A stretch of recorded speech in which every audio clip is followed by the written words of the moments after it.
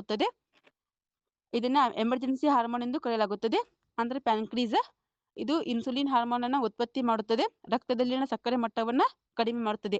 Testis ಅಂತಕ್ಕಂಥದ್ದು ಇದು ಪುರುಷರಲ್ಲಿ ಕಂಡುಬರುವ ಹಾರ್ಮೋನ್ ಆಗಿದ್ದು ಅಂದ್ರೆ ಪುರುಷರಲ್ಲಿ ಕಂಡುಬರುತ್ತದೆ. ಟೆಸ್ಟೋಸ್ಟೆರಾನ್ ಹಾರ್ಮೋನ್ ಅನ್ನು ಉತ್ಪತ್ತಿ ಮಾಡುತ್ತದೆ. ಇದು ಪುರುಷರ ದ್ವಿತೀಯ ಲೈಂಗಿಕ ಗುಣಲಕ್ಷಣಗಳ ಬೆಳವಣಿಗೆಗೆ ಕಾರಣವಾಗಿದೆ. ಎಸ್ಟ್ರೋಜನ್ ಹಾರ್ಮೋನ್ ಇದು ಕೂಡ ಮಹಿಳೆಯಲ್ಲಿ ಕಂಡುಬಂದು ಅದರ ದ್ವಿತೀಯ ಗುಣಲಕ್ಷಣಗಳಿಗೆ ತೋರಿಸಲು ಸಹಾಯ ಮಾಡುತ್ತದೆ. ಸರ್ ಆಯ್ತು. Okay, thank you sir. ಈ ಗ್ಲ್ಯಾಂಡ್ಸ್ ಬಗ್ಗೆ ಸ್ವಲ್ಪ ನೀವು ಸೈನ್ಸ್ ಏನಾದರೂ ಓದ್ತಾ ಇದ್ದೀರಾ ಅಂತಂದರೆ ಸ್ವಲ್ಪ ನೀಟಾಗಿ ಕ್ಲಾರಿಟಿಯಿಂದ ಓದ್ಕೊಳ್ಳಿ. ಎವ್ರಿ ಗ್ಲ್ಯಾಂಡ್ ಮೇಲೆ ಎಲ್ಲ ಎಕ್ಸಾಮ್ಸ್ಗೂ ಇಂಪಾರ್ಟೆಂಟ್ ಇರುತ್ತೆ ಇದು. ಹೆಚ್ಚಿಗೆ ನೀವೇನಾದರೂ CGL ಈ ಥರ ಏನಾದರೂ ಸೆಂಟ್ರಲ್ ಗೌರ್ಮೆಂಟ್ ಎಕ್ಸಾಮ್ ಬರೀತೀರ ಅಂತಂದ್ರೆ ಅಲ್ಲಿ ಇನ್ನೂ ಜಾಸ್ತಿ ಕೇಳ್ತಾರೆ ಇವ್ರ ಬಗ್ಗೆ ಸೈನ್ಸು. ನಿಮಗೆ ಈ ಥರ ಕೇಳಿದಾಗ ಸ್ವಲ್ಪ ಇನ್ ಡೆಪ್ತ್ ಅನಿಸ್ತಾ ಇರುತ್ತೆ. ಅಂಡ್ ಇದ್ರ ಬಗ್ಗೆ ಸ್ವಲ್ಪ ನಿಮಗೆ ಈ thyroid, liver, adrenaline gland, pineal gland ಇದು ಸ್ವಲ್ಪ ಕೊಟ್ಟಿದ್ದೀನಿ ನೋಡಿ ಸೋರ್ಸು. ಅಂಡ್ ಎಂಡೋಕ್ರೊನಿಕ್ ಗ್ಲ್ಯಾಂಡ್ಸು ಕೊಟ್ಟಿದ್ದೀನಿ ನೋಡಿ ಗ್ರೂಪಲ್ಲಿ ಒಂದು ಸೋರ್ಸ್ ನೋಡ್ಕೊಳ್ಳಿ.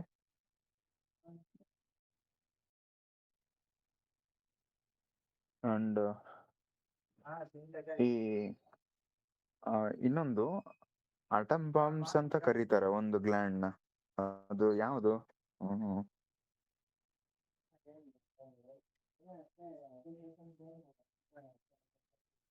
ಈಗ ಪಿಟ್ಯುಟರಿ ಗ್ಲ್ಯಾಂಡ್ನ ಏನಂತ ಕರೀತಾರೆ? ಅವು ನಿಕ್ ನೇಮ್ಸ್ ಇರ್ತಾವಲ್ವಾ? ಹೇಳಿ. ಅಂತ ಕರೀತಾರೆ ಸರ್ ಪಿಟ್ಯುಟರಿ ಗ್ಲ್ಯಾಂಡ್ನ.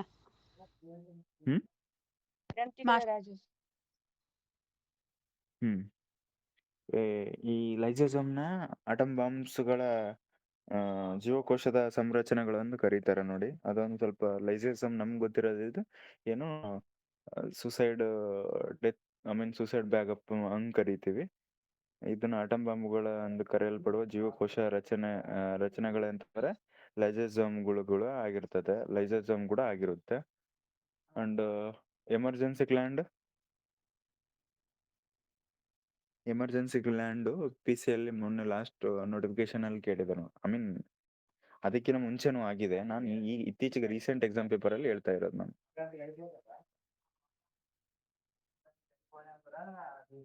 ಓಕೆ, ಹೇಳಿ. ಎಮರ್ಜೆನ್ಸಿ ಗ್ಲ್ಯಾಂಡ್ ಅಂತ ಯಾವ್ದನ್ನ ಕರೀತಾರೆ?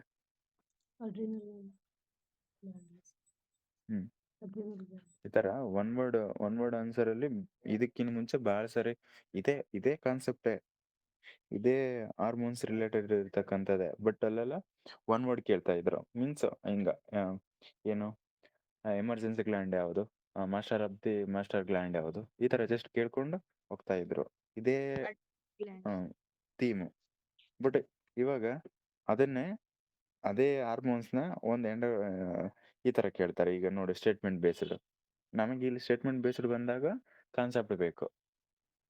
ಈ ಇಷ್ಟಕ್ಕೆ ಮುಂಚೆ ಒನ್ ವರ್ಡ್ ಆನ್ಸರ್ ಸ್ವಲ್ಪ ಏನಾದರೂ ಅದ್ರ ಮೇಲೆ ನೀವು ಅದೇ ಪ್ರೋಸೆಸ್ ಹೋಗ್ತಾ ಇದ್ದೀರಿ ಅಂತಂದ್ರೆ ಸ್ಟಾಪ್ ಮಾಡಿ. ಆ ಥರ ಕ್ವಶನ್ಸ್ ಬರ್ತಿಲ್ಲ ಈಗ.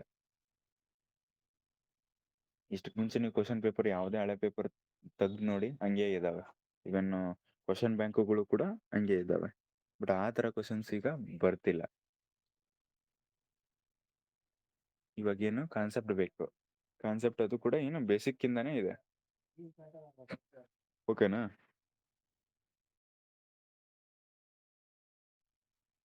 ಸರ್ ಓಕೆನಾ?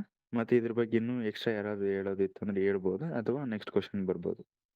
ನೆಕ್ಸ್ಟ್ ಕ್ವಶನ್ ಬಂದು ನೆಕ್ಸ್ಟ್ ಕ್ವಶನ್ ಆನ್ಸರ್ ಹೇಳಿ ಅಂಡ್ ನೀವು ಯಾವ ಥರ ಡಿಕೋಡ್ ಮಾಡಿದ್ರೆ ಕಂಟಿನ್ಯೂ ಮಾಡಿ.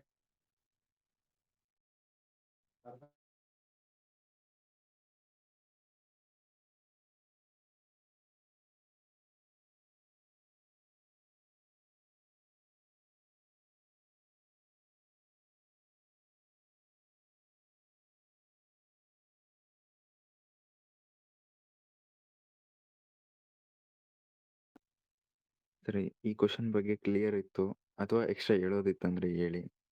ಯಾಕಂದ್ರೆ ಈ ಹಾರ್ಮೋನ್ಸ್ ಅಥವಾ ಈ ಹಾರ್ಮೋನ್ ಚಾಪ್ಟ್ರು ಈ ಟಾಪಿಕ್ ಭಾಳ ಇಂಪಾರ್ಟೆಂಟ್ ಇರುತ್ತೆ ಎಲ್ಲ ಎಕ್ಸಾಮ್ಸ್‌ಗೆ. ಇಷ್ಟಕ್ಕೆ ಮುಂಚೆ ಒನ್ ವರ್ಡ್ ಕೇಳ್ತಾ ಇದ್ರು, ಅದನ್ನೇ ಸ್ಟೇಟ್ಮೆಂಟ್ ಬೇಸ್ಡ್ ಕೇಳ್ತಿದ್ದಾರೆ. ಸ್ಟೇಟ್ಮೆಂಟ್ ಬೇಸ್ಡ್ ಬಂದಾಗ ನೀವು ವರಿ ಆಗೋ ಅವಶ್ಯಕತೆ ಇಲ್ಲ. ಕಾನ್ಸೆಪ್ಟ್ ಕ್ಲಾರಿಟಿ ಇರಬೇಕು ಅಷ್ಟೇ. ಐ ಥಿಂಕ್ ಈ ಕ್ವೆಶ್ಚನ್ ಕ್ಲಿಯರ್ ಅಂತ ಅನ್ಕೊಂಡಿದ್ದೀನಿ. ಅಥವಾ ಎಕ್ಸ್ಟ್ರಾ ಹೇಳೋದಿತ್ತಂದ್ರೆ ಹೇಳಿ. ನೆಕ್ಸ್ಟ್ ಬನ್ನಿ. ಇಲ್ಲ ಅಂತಂದ್ರೆ. ಏನು ಕ್ವೆಶ್ಚನ್ ಇಲ್ಲ ಅಂತಂದ್ರೆ.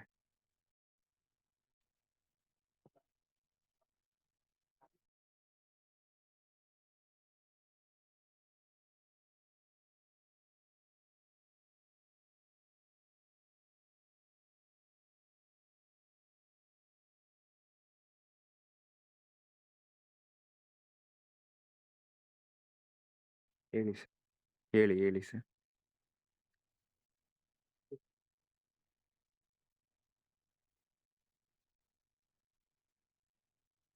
ಹ್ಮ್.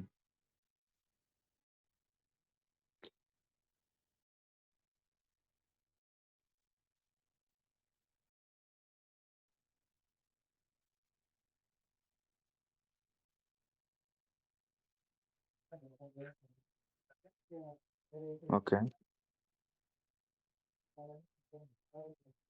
Hmm. Hmm. Hmm.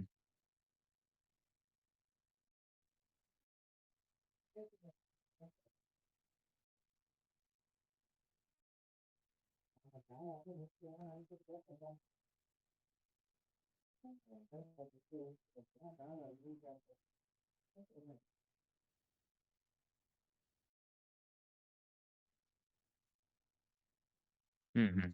Hmm. Like pixel wise. Pixel wise. ಹ್ಮ್.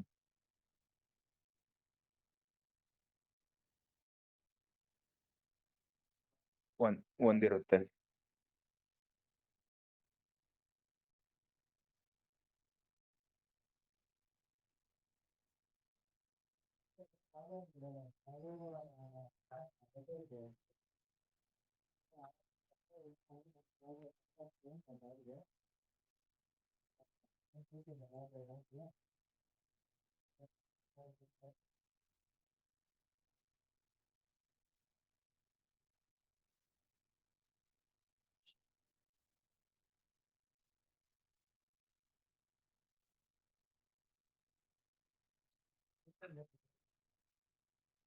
ಹಾ. Blue lens. Blue lens glasses. Hmm. ಅದೇ ಬ್ಲೂ ಲೆನ್ಸ್ ನಾವು ಏನೋ ಸಿಸ್ಟಮ್ ಯೂಸ್ ಮಾಡ್ಬೇಕಾದ್ರೆ ಬ್ಲೂ ಲೆನ್ಸ್ ಹಾಕೊಂತೀವಿ. ಲೈಕ್ ಆ ತರ. ಹಾ. ಅದು ಇಲ್ಲಾಂದ್ರೆ ಸನ್ ಪ್ರೊಟೆಕ್ಷನ್ಗೋಸ್ಕರ cooling glass.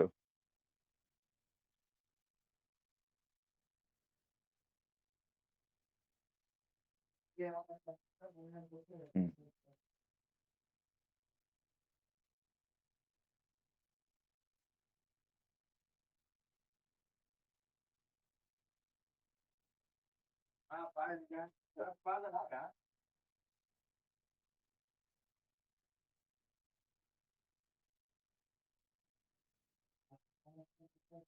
Hmm. Hmm.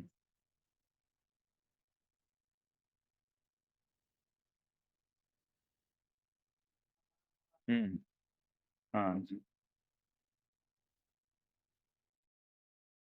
Hmm. Hmm. Hmm.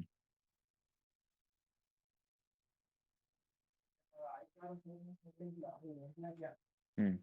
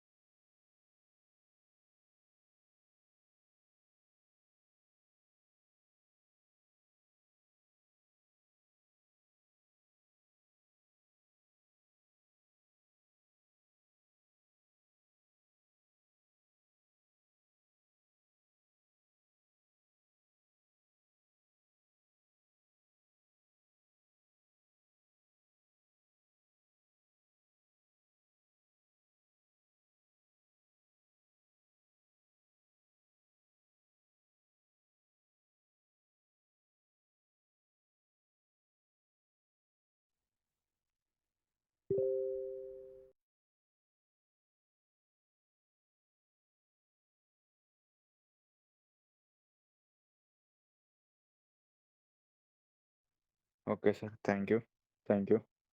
Other then this extra ಯಾರಾದರೂ ಮಾಡ್ಕೊಂಡಿತ್ತಂದ್ರೆ ಹೇಳಿ. ಐ ಥಿಂಕ್ ಇಸ್ ಎನಫ್ ಅನ್ಕೊಂಡಿದ್ದೀನಿ. ಮತ್ತೆ ಯಾರಾದರೂ ಎಕ್ಸ್ಟ್ರಾ ಗೊತ್ತಿತ್ತಂದ್ರೆ ಇನ್ ಡೀಟೇಲ್ಸ್ ಆಗಿ ಹೇಳ್ಬೋದು. ಐ ಥಿಂಕ್ ಸೈನ್ಸ್ ಬಂತಂದ್ರೆ ಈ ಡೈಲಿ ಬೇಸಿಸ್ ಅಲ್ಲಿ ಏನ್ ನಡೀತಿದೆ ಎಕ್ಸಾಂಪಲ್ ಅದ್ರ ಥ್ರೂನೇ ಕಲೀಲಿಕ್ಕೆ ಪ್ರಯತ್ನ ಪಡಿ. ಓಕೆನಾ? ಅವಾಗ ನಮಗೆ ಬರ್ಡನ್ ಅನ್ಸಲ್ಲ ಜಾಸ್ತಿ. ಸ್ವಲ್ಪ ಅದಕ್ಕೆ ಸಪ್ರೇಟ್ ಆಗಿ ಮೆಮೊರೈಸ್ ಮಾಡ್ಕೋಬೇಕು ಅನ್ನೋ ಕಾನ್ಸೆಪ್ಟ್ ಬರಲ್ಲ. ಓಕೆನಾ? ಆ ಥರ ಸ್ವಲ್ಪ ಡೈಲಿ ಬೇಸಿಸ್ ಅಲ್ಲಿ ಇರ್ತಕ್ಕಂಥದ್ನೇ ಅಪ್ಲಿಕೇಬಲ್ ಮಾಡ್ಕೊಂಡು ಸೈನ್ಸ್ ಓದ್ತಾ ಬಂದ್ರೆ ನಿಮ್ಗೆ ಯಾವುದೇ ಥರ ಓರಿ ಆಗಲ್ಲ. ಆಲ್ಮೋಸ್ಟ್ ಅಲ್ಲಿ ಈ ಕಾಂಪಿಟೇಟಿವ್ ಫೀಲ್ಡ್ ಅಲ್ಲಿ ಸ್ವಲ್ಪ ಸೈನ್ಸ್ ಅಂತ ಬಂದಾಗ ಸ್ವಲ್ಪ ಎಲ್ಲರೂ ಸ್ವಲ್ಪ ಜರಿಲಿಕ್ಕೆ ನೋಡ್ತಾರೆ. ಎಕ್ಸೆಪ್ಟ್ ಸೈನ್ಸ್ ಡಿಪಾರ್ಟ್ಮೆಂಟ್ ಸ್ಟೂಡೆಂಟ್ ಬಿಟ್ಟು. ಕೆಲವೊಂದ್ಸರಿ ಅವರು ಕೂಡ ಸ್ವಲ್ಪ ನಂಗೆ ಬರುತ್ತೆ ಬಿಡು ಅನ್ನೋದೊಂದು ಕಾನ್ಫಿಡೆನ್ಸ್ ಇಲ್ಲಿ ಇರ್ತಾರೆ. ಬಟ್ ನಾವು ಅಲ್ಲಿ ಡಿಗ್ರಿ, PUC, 10th ಅದೇನು ಕಲ್ತಿರೋದೇ ಬೇರೆ. ಇಲ್ಲಿ ಕ್ವಶನ್ ಕೇಳೋದೇ ಬೇರೆ. ಬಟ್ ಉಪಯೋಗ ಆಗುತ್ತೆ. ಬೇಸಿಕ್ ಗೊತ್ತಿರುತ್ತಲ್ವ ಅಲ್ಲಿ. ಓಕೆನಾ?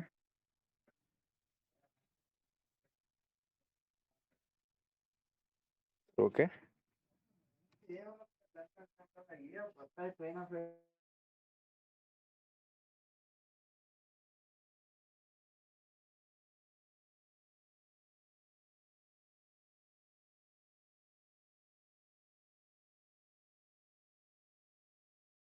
ಸರ್ ಐ ಥಿಂಕ್ ಕ್ಲಿಯರ್ ಅಲ್ಲ. ಕ್ಲಿಯರ್ ಇತ್ತು ಅಂತಂದ್ರೆ ನೆಕ್ಸ್ಟ್ ಬನ್ನಿ. ಅಥವಾ ಇದ್ರ ಬಗ್ಗೆ ಎಕ್ಸ್ಟ್ರಾ ಹೇಳೋದಿತ್ತು ಅಂದ್ರೆ ಇನ್ನೂ ಹೇಳಿ. ಐ ಥಿಂಕ್ ನಾನು ಇನ್ನೂ ಅನ್ಕೊಂಡಿದ್ದೀನಿ. ನೆಕ್ಸ್ಟ್ ಕ್ವಶನ್ಗೆ ಆನ್ಸರ್ ಹೇಳಿ ಆ್ಯಂಡ್ ನೀವು ಯಾವ ಥರ ಡಿಕೋಡ್ ಮಾಡ್ಕೊಂಡಿದ್ರೆ ಹೇಳಿ. ಐ ಮೀನ್ ಸೈನ್ಸ್ ಎಲ್ಲಾನು ಬೇಸಿಕ್ಸ್ ಇದೆ, ನಾವು ಕಲಿಬೇಕು ಕರೆಕ್ಟಾಗಿ. ಈ MRI ಬಗ್ಗೆ ಅಂತೂ ಎಲ್ಲ ಕಡೆ ಎಲ್ಲ ಎಕ್ಸಾಮ್ಸಲ್ಲೂ ಕೇಳ್ತಾ ಇರ್ತಾರೆ. ಹೇಳಿ ಸರ್, ಇದಕ್ಕೆ ಆನ್ಸರ್ ಹೇಳಿ. ಆ್ಯಂಡ್ ಈ ಐ ಮೀನ್ ಇದ್ರ ಬಗ್ಗೆ ಹೇಳಿದ್ದೀನ ನಾನು, ಈ ರೇಸ್ ಬಗ್ಗೆ. ಐ ಮೀನ್ ವಿಬ್ಜಿಆರ್ ಹೇಳ್ಬೇಕಾದ್ರೆ ಇವ್ರ ಬಗ್ಗೆ ಇಲ್ಲ ಓಕೆ, ಅದು ಬೇರೆ ತಗೊಳ್ಳಿ. ಹೇಳಿ. ಈ ರೇಸ್ ಹೇಳಿದ್ದೀನಿ ಅನ್ಕೊಂಡಿದ್ದೀನಿ. Highest wavelength, lowest wavelength. Mean highest wavelength ಇತ್ತಂದ್ರೆ ಲೋಯೆಸ್ಟ್ ಫ್ರೀಕ್ವೆನ್ಸಿ ಇರುತ್ತೆ. ಹೈಯೆಸ್ಟ್ ಫ್ರೀಕ್ವೆನ್ಸಿ ಇತ್ತಂದ್ರೆ ಲೋಯೆಸ್ಟ್ ವೇವ್ ಲೆಂತ್ ಇರುತ್ತೆ. ಹೈಯೆಸ್ಟ್ ಓಕೆ ಓಕೆ ಸರ್, ಇವಾಗ ಕೇಳಿ. ಈಗ ಅಲ್ಟ್ರಾವೈಲೆಟ್ ಅಂತಂದ್ರೆ ಏನು, ಮೈಕ್ರೋವೇವ್ಸು ಅಂಡ್ ಮೈಕ್ರೋವೇವ್ಸ್ ವೇವ್ಸ್ ಯಾವ ಈ ಸ್ಟಾಟ ಲೇಯರ್ಸ್ ಬರ್ತಾವಲ್ವಾ, ಅಟ್ಮಾಸ್ಫಿಯರ್ ಲೇಯರ್ಸ್, ಸ್ಟಾಟೋ, ಮಿಸೋಸ್ಫಿಯರ್, ಟ್ರೋಪೋಸ್ಫಿಯರ್, ಸ್ಟಾಟೋಸ್ಫಿಯರ್, ಮಿಸೋಸ್ಫಿಯರ್, ಎಕ್ಸೋಸ್ಫಿಯರ್, ಅಯನೋಸ್ಫಿಯರ್. ಇದರಲ್ಲಿ ಈ ಮೈಕ್ರೋವೇವ್ಸ್ ಯಾವ ಲೇಯರ್ ಅಲ್ಲಿ ಬರುತ್ತೆ, ಎಷ್ಟು ರೇಂಜ್ ಅಲ್ಲಿ ಬರುತ್ತೆ ಜಿಯೋಗ್ರಫಿಕ್ ಕಂಪೇರ್ ಮಾಡ್ಕೊಂಡ್ರೆ. ಅಂಡ್ ಈಗ ನಮ್ ಗ್ರೀನ್ ಹೌಸ್ ಗ್ಯಾಸಸ್ ಎಫೆಕ್ಟ್ ಅಂತೀವಲ್ವಾ, ಓಜನ್ ಲೇಯರ್ಗೆ ಡಿಫ್ಲೆಕ್ಟಿಂಗ್ ಆಗಕ್ಕೆ ಯಾವ ರೇಸ್ ಬರುತ್ತೆ ನೀವು ಹೇಳಿ ಸರ್, ಯಾವ ತರ ಡಿಕೋಡ್ ಮಾಡ್ಕೊಂಡಿದ್ರಿ. ಅಂಡ್ ಈ ಗಾಮಾ ರೇಸ್ ಬಗ್ಗೆನು, ಅಲ್ಟ್ರಾವೈಲೆಟ್ ರೇಸ್ ಬಗ್ಗೆನು, ಅಂಡ್ ನಮ್ಗೆ ಸೋನಾರ್, ರೇಡಾರ್ ಅಂತ ಬರ್ತಾವಲ್ವಾ. ಈಗ ಸೋನಾರ್ ಅಲ್ಲಿ ಯಾವ್ದು ಯೂಸ್ ಮಾಡ್ತಾರೆ, ರೇಡಾರ್ ಅಲ್ಲಿ ಯಾವ್ದು ಯೂಸ್ ಮಾಡ್ತಾರೆ ಹೇಳಿ ಸರ್. ನೀವು ಯಾವ ತರ ಡಿಕೋಡ್ ಮಾಡ್ಕೊಂಡ್ ಬಂದಿದ್ರೆ ಹೇಳಿ.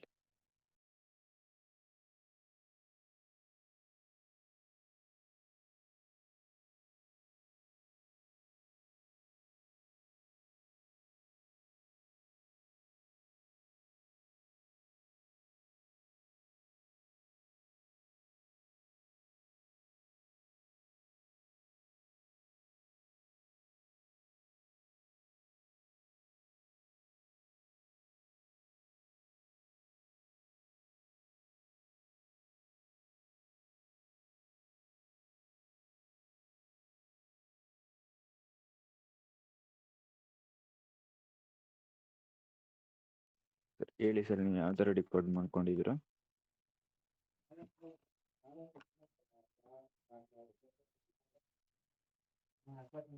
ಎಲ್ಲಾನು ಬೇಸಿಕ್ಸ್ ಇದಾವೆ. ಬಹಳ ವರಿ ಆಗೋದು ಏನು ಆ ಥರ ಏನು ಇಲ್ಲ. ಬೇಸಿಕ್ಸೇ ನೀವು ಡಿಕೋಡ್ ಮಾಡಿಲ್ಲ, ಅದು ಕಲ್ತಿಲ್ಲ ಅಂದಾಗ ಇಲ್ಲಿ ಯಾರೂ ಬರಲ್ಲ, ನಿಮ್ಮದೇ ಪ್ರಾಬ್ಲಮ್ ಇರುತ್ತೆ. ಇನ್ನೊಂದು ಯಾವುದೇ ಆದರೂ ಲೈಕ್ ಈ ಥರ ಹೋಗಿಯಪ್ಪ ಅಂತ ಹೇಳ್ಬೋದು. ಒಂದಿನ ಹೇಳ್ತಾರೆ, 2 ದಿನ ಹೇಳ್ತಾರೆ, 3 ದಿನ ಹೇಳ್ತಾರೆ. ಎಂಡ್ ಆಫ್ ದ ಡೇ ಅದು ಹೇಳೋದೇ ಇಲ್ಲ, ಮುಗ್ಬಿಡ್ತಾರೆ. ಹೇಳಿ ಸರ್.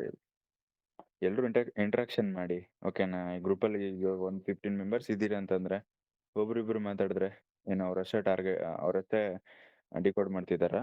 ಅವ್ರಿಗಷ್ಟೇ ಬೇಕಾ ನಾಲೆಡ್ಜು? ನಿಮ್ಗೆ ಯಾರಿಗೂ ಬೇಕಾಗಿಲ್ವಾ? ಐ ಮೀನ್ ನೀವು ಯಾರು ಕಲಿಯಲ್ವಾ? ಅಲ್ಲೇ ಇರ್ತೀರಾ? ಇವಾಗಾದ್ರೂ ಅಲ್ಲೇ ಇರ್ತೀರಾ? ಮುಂದೆ ಬನ್ನಿ. ಇಲ್ಲೇನ್ ರಾಕೆಟ್ ಸೈನ್ಸ್ ಏನೂ ಇಲ್ಲ. ಎಲ್ಲ ಬೇಸಿಕ್ಸೇ.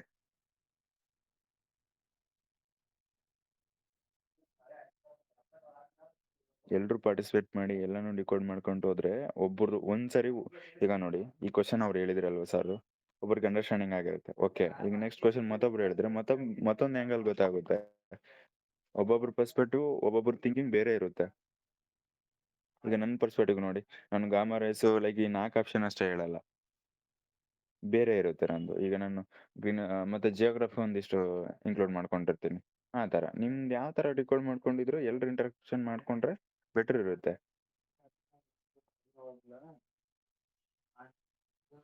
ಕಂಟಿನ್ಯೂ ಮಾಡಿ ಸರ್ ಯಾರಾದ್ರೂ ಒಬ್ರು.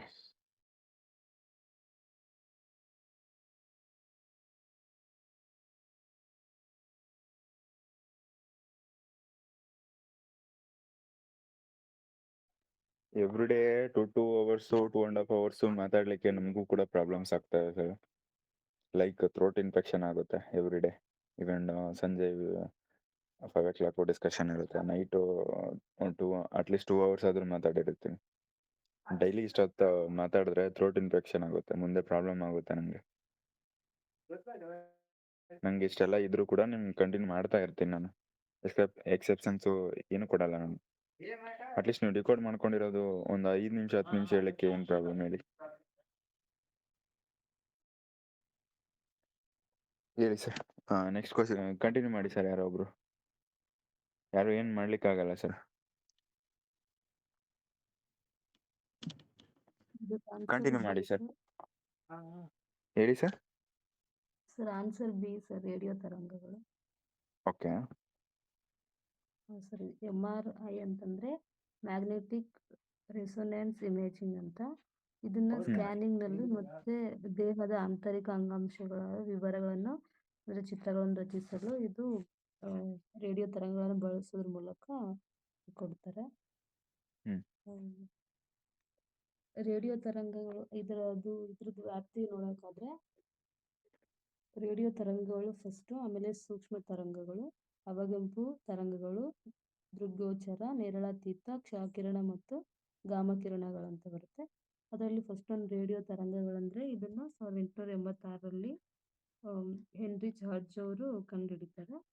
ಈ ರೇಡಿಯೋ ತರಂಗಗಳ ಉಪಯೋಗ ಅಂತಂದ್ರೆ ಇದು ರೇಡಿಯೋ ತರಂಗಗಳ ಶಕ್ತಿ ಕಡಿಮೆ ಇರುತ್ತೆ ಮತ್ತೆ ಇದರ ಅತಿ ಹೆಚ್ಚು ದೂರ ಇದು ಕ್ರಮಿಸುತ್ತೆ. ರೇಡಿಯೋ ತರಂಗಗಳನ್ನು ರೇಡಿಯೋ ಮತ್ತು ಟಿವಿ ಪ್ರಸಾರಗಳಲ್ಲಿ ಬಳಕೆ ಮಾಡ್ತಾರೆ. ಮತ್ತೆ ದೂರ ಸಂಪರ್ಕ ವ್ಯವಸ್ಥೆಯಲ್ಲಿ ಮತ್ತು ಉಪಗ್ರಹ ಸಂಪರ್ಕ ವ್ಯವಸ್ಥೆಯಲ್ಲಿ ಇದನ್ನ ಬಳಕೆ ಮಾಡ್ತೀವಿ. ಮತ್ತೆ ಈ ರೇಡಿಯೋ ತರಂಗಗಳನ್ನ ಮೊಬೈಲು ಮತ್ತೆ ವಾಕಿ ಟಾಕಿ, GPS, ವೈರ್ಲೆಸ್ ಪೇಜ್ಗಳಲ್ಲಿ ಮತ್ತೆ ವೈಫೈಗಳಲ್ಲಿ ಬಳಸ್ಕೊತೀವಿ. ಅದೇ ರೀತಿ ರಾಡರ್ಗಳಲ್ಲೂ ಕೂಡ ಇದನ್ನ ಬಳಸ್ಕೊತೀವಿ. ಮತ್ತು ಸೂಕ್ಷ್ಮ ತರಂಗಗಳು ಅಂತಂದ್ರೆ ಇದನ್ನ ಮ್ಯಾಕ್ಸ್ವೆಲ್ ಅವರು 1864ರಲ್ಲಿ ಪತ್ತೆ ಹಚ್ತಾರೆ. ಇದು ಕೂಡ ರಾಡರ್, ಉಪಗ್ರಹ ಸಂಪರ್ಕ ಮತ್ತು ಸೂಕ್ಷ್ಮ ತರಂಗ ವಲಯಗಳಲ್ಲಿ ಇದನ್ನ ಬಳಕೆ ಮಾಡ್ತಾರೆ. ಇದು ಕೂಡ ಮೊಬೈಲ್, ಉಪಗ್ರಹ ಮತ್ತು ಸಂಪರ್ಕದಲ್ಲಿ ಬಳಕೆ ಮಾಡ್ತಾರೆ. ಇವು ನೇರ ರೇಖೆಯಲ್ಲಿ ಚಲಿಸುವಂತವಾಗಿರ್ತವೆ ಸೂಕ್ಷ್ಮ ತರಂಗಗಳು. ಇವು ಗಾಜು ಮತ್ತು ಪ್ಲಾಸ್ಟಿಕ್ನಂತಹ ಕೆಲವು ವಸ್ತುಗಳ ಮೂಲಕ ಹಾದು ಹೋಗುವಂತ ಸಾಮರ್ಥ್ಯ ಇರುತ್ತೆ. ಮತ್ತಿದು ಲೋಹದ ಮೇಲ್ಮೈಗಳಿಂದ ಪ್ರತಿಫಲನೆ ನೀಡ್ತವೆ. ಮೈಕ್ರೋವೇವ್ ಓವನ್ಗಳಲ್ಲಿ ಇವುಗಳನ್ನ ಬಳಕೆ ಮಾಡ್ತೀವಿ ಸರ್. ಅವಗೆಂಪು ಕಿರಣಗಳು ಅಂತಂದ್ರೆ ಇದನ್ನ 1800ರಲ್ಲಿ ವಿಲಿಯಂ ಹರ್ಷೆಲ್ ರವರು ಪತ್ತೆ ಮಾಡ್ತಾರೆ. ಇದು ಒಂದು ಸಂಯುಕ್ತ ವಸ್ತುವಿನ ಅಣು ರಚನೆಯನ್ನು ನಿರ್ಧರಿಸಲು ಬಳಕೆ ಮಾಡ್ತಾರೆ. ಅವಗೆಂಪು ಕಿರಣಗಳಿಂದ ಇವಾಗ ಶತ್ರು ಶಿಬಿರಗಳನ್ನು ಪತ್ತೆ ಹಚ್ಚೋದಕ್ಕೆ ಬಳಕೆ ಮಾಡ್ತೀವಿ. ಮತ್ತೆ ಪುರಾತನ ವರ್ಣಚಿತ್ರಗಳನ್ನು ಪರೀಕ್ಷಿಸಲು ಮತ್ತೆ ಅವುಗಳನ್ನು ನಕಲು ಮಾಡಿದ್ದಲ್ಲಿ ಅವುಗಳನ್ನು ಪತ್ತೆ ಮಾಡಲು ಉಪಯೋಗಿಸ್ತೀವಿ. ಟಿವಿ ರಿಮೋಟ್ಗಳನ್ನು ಬಳಸ್ತೀವಿ.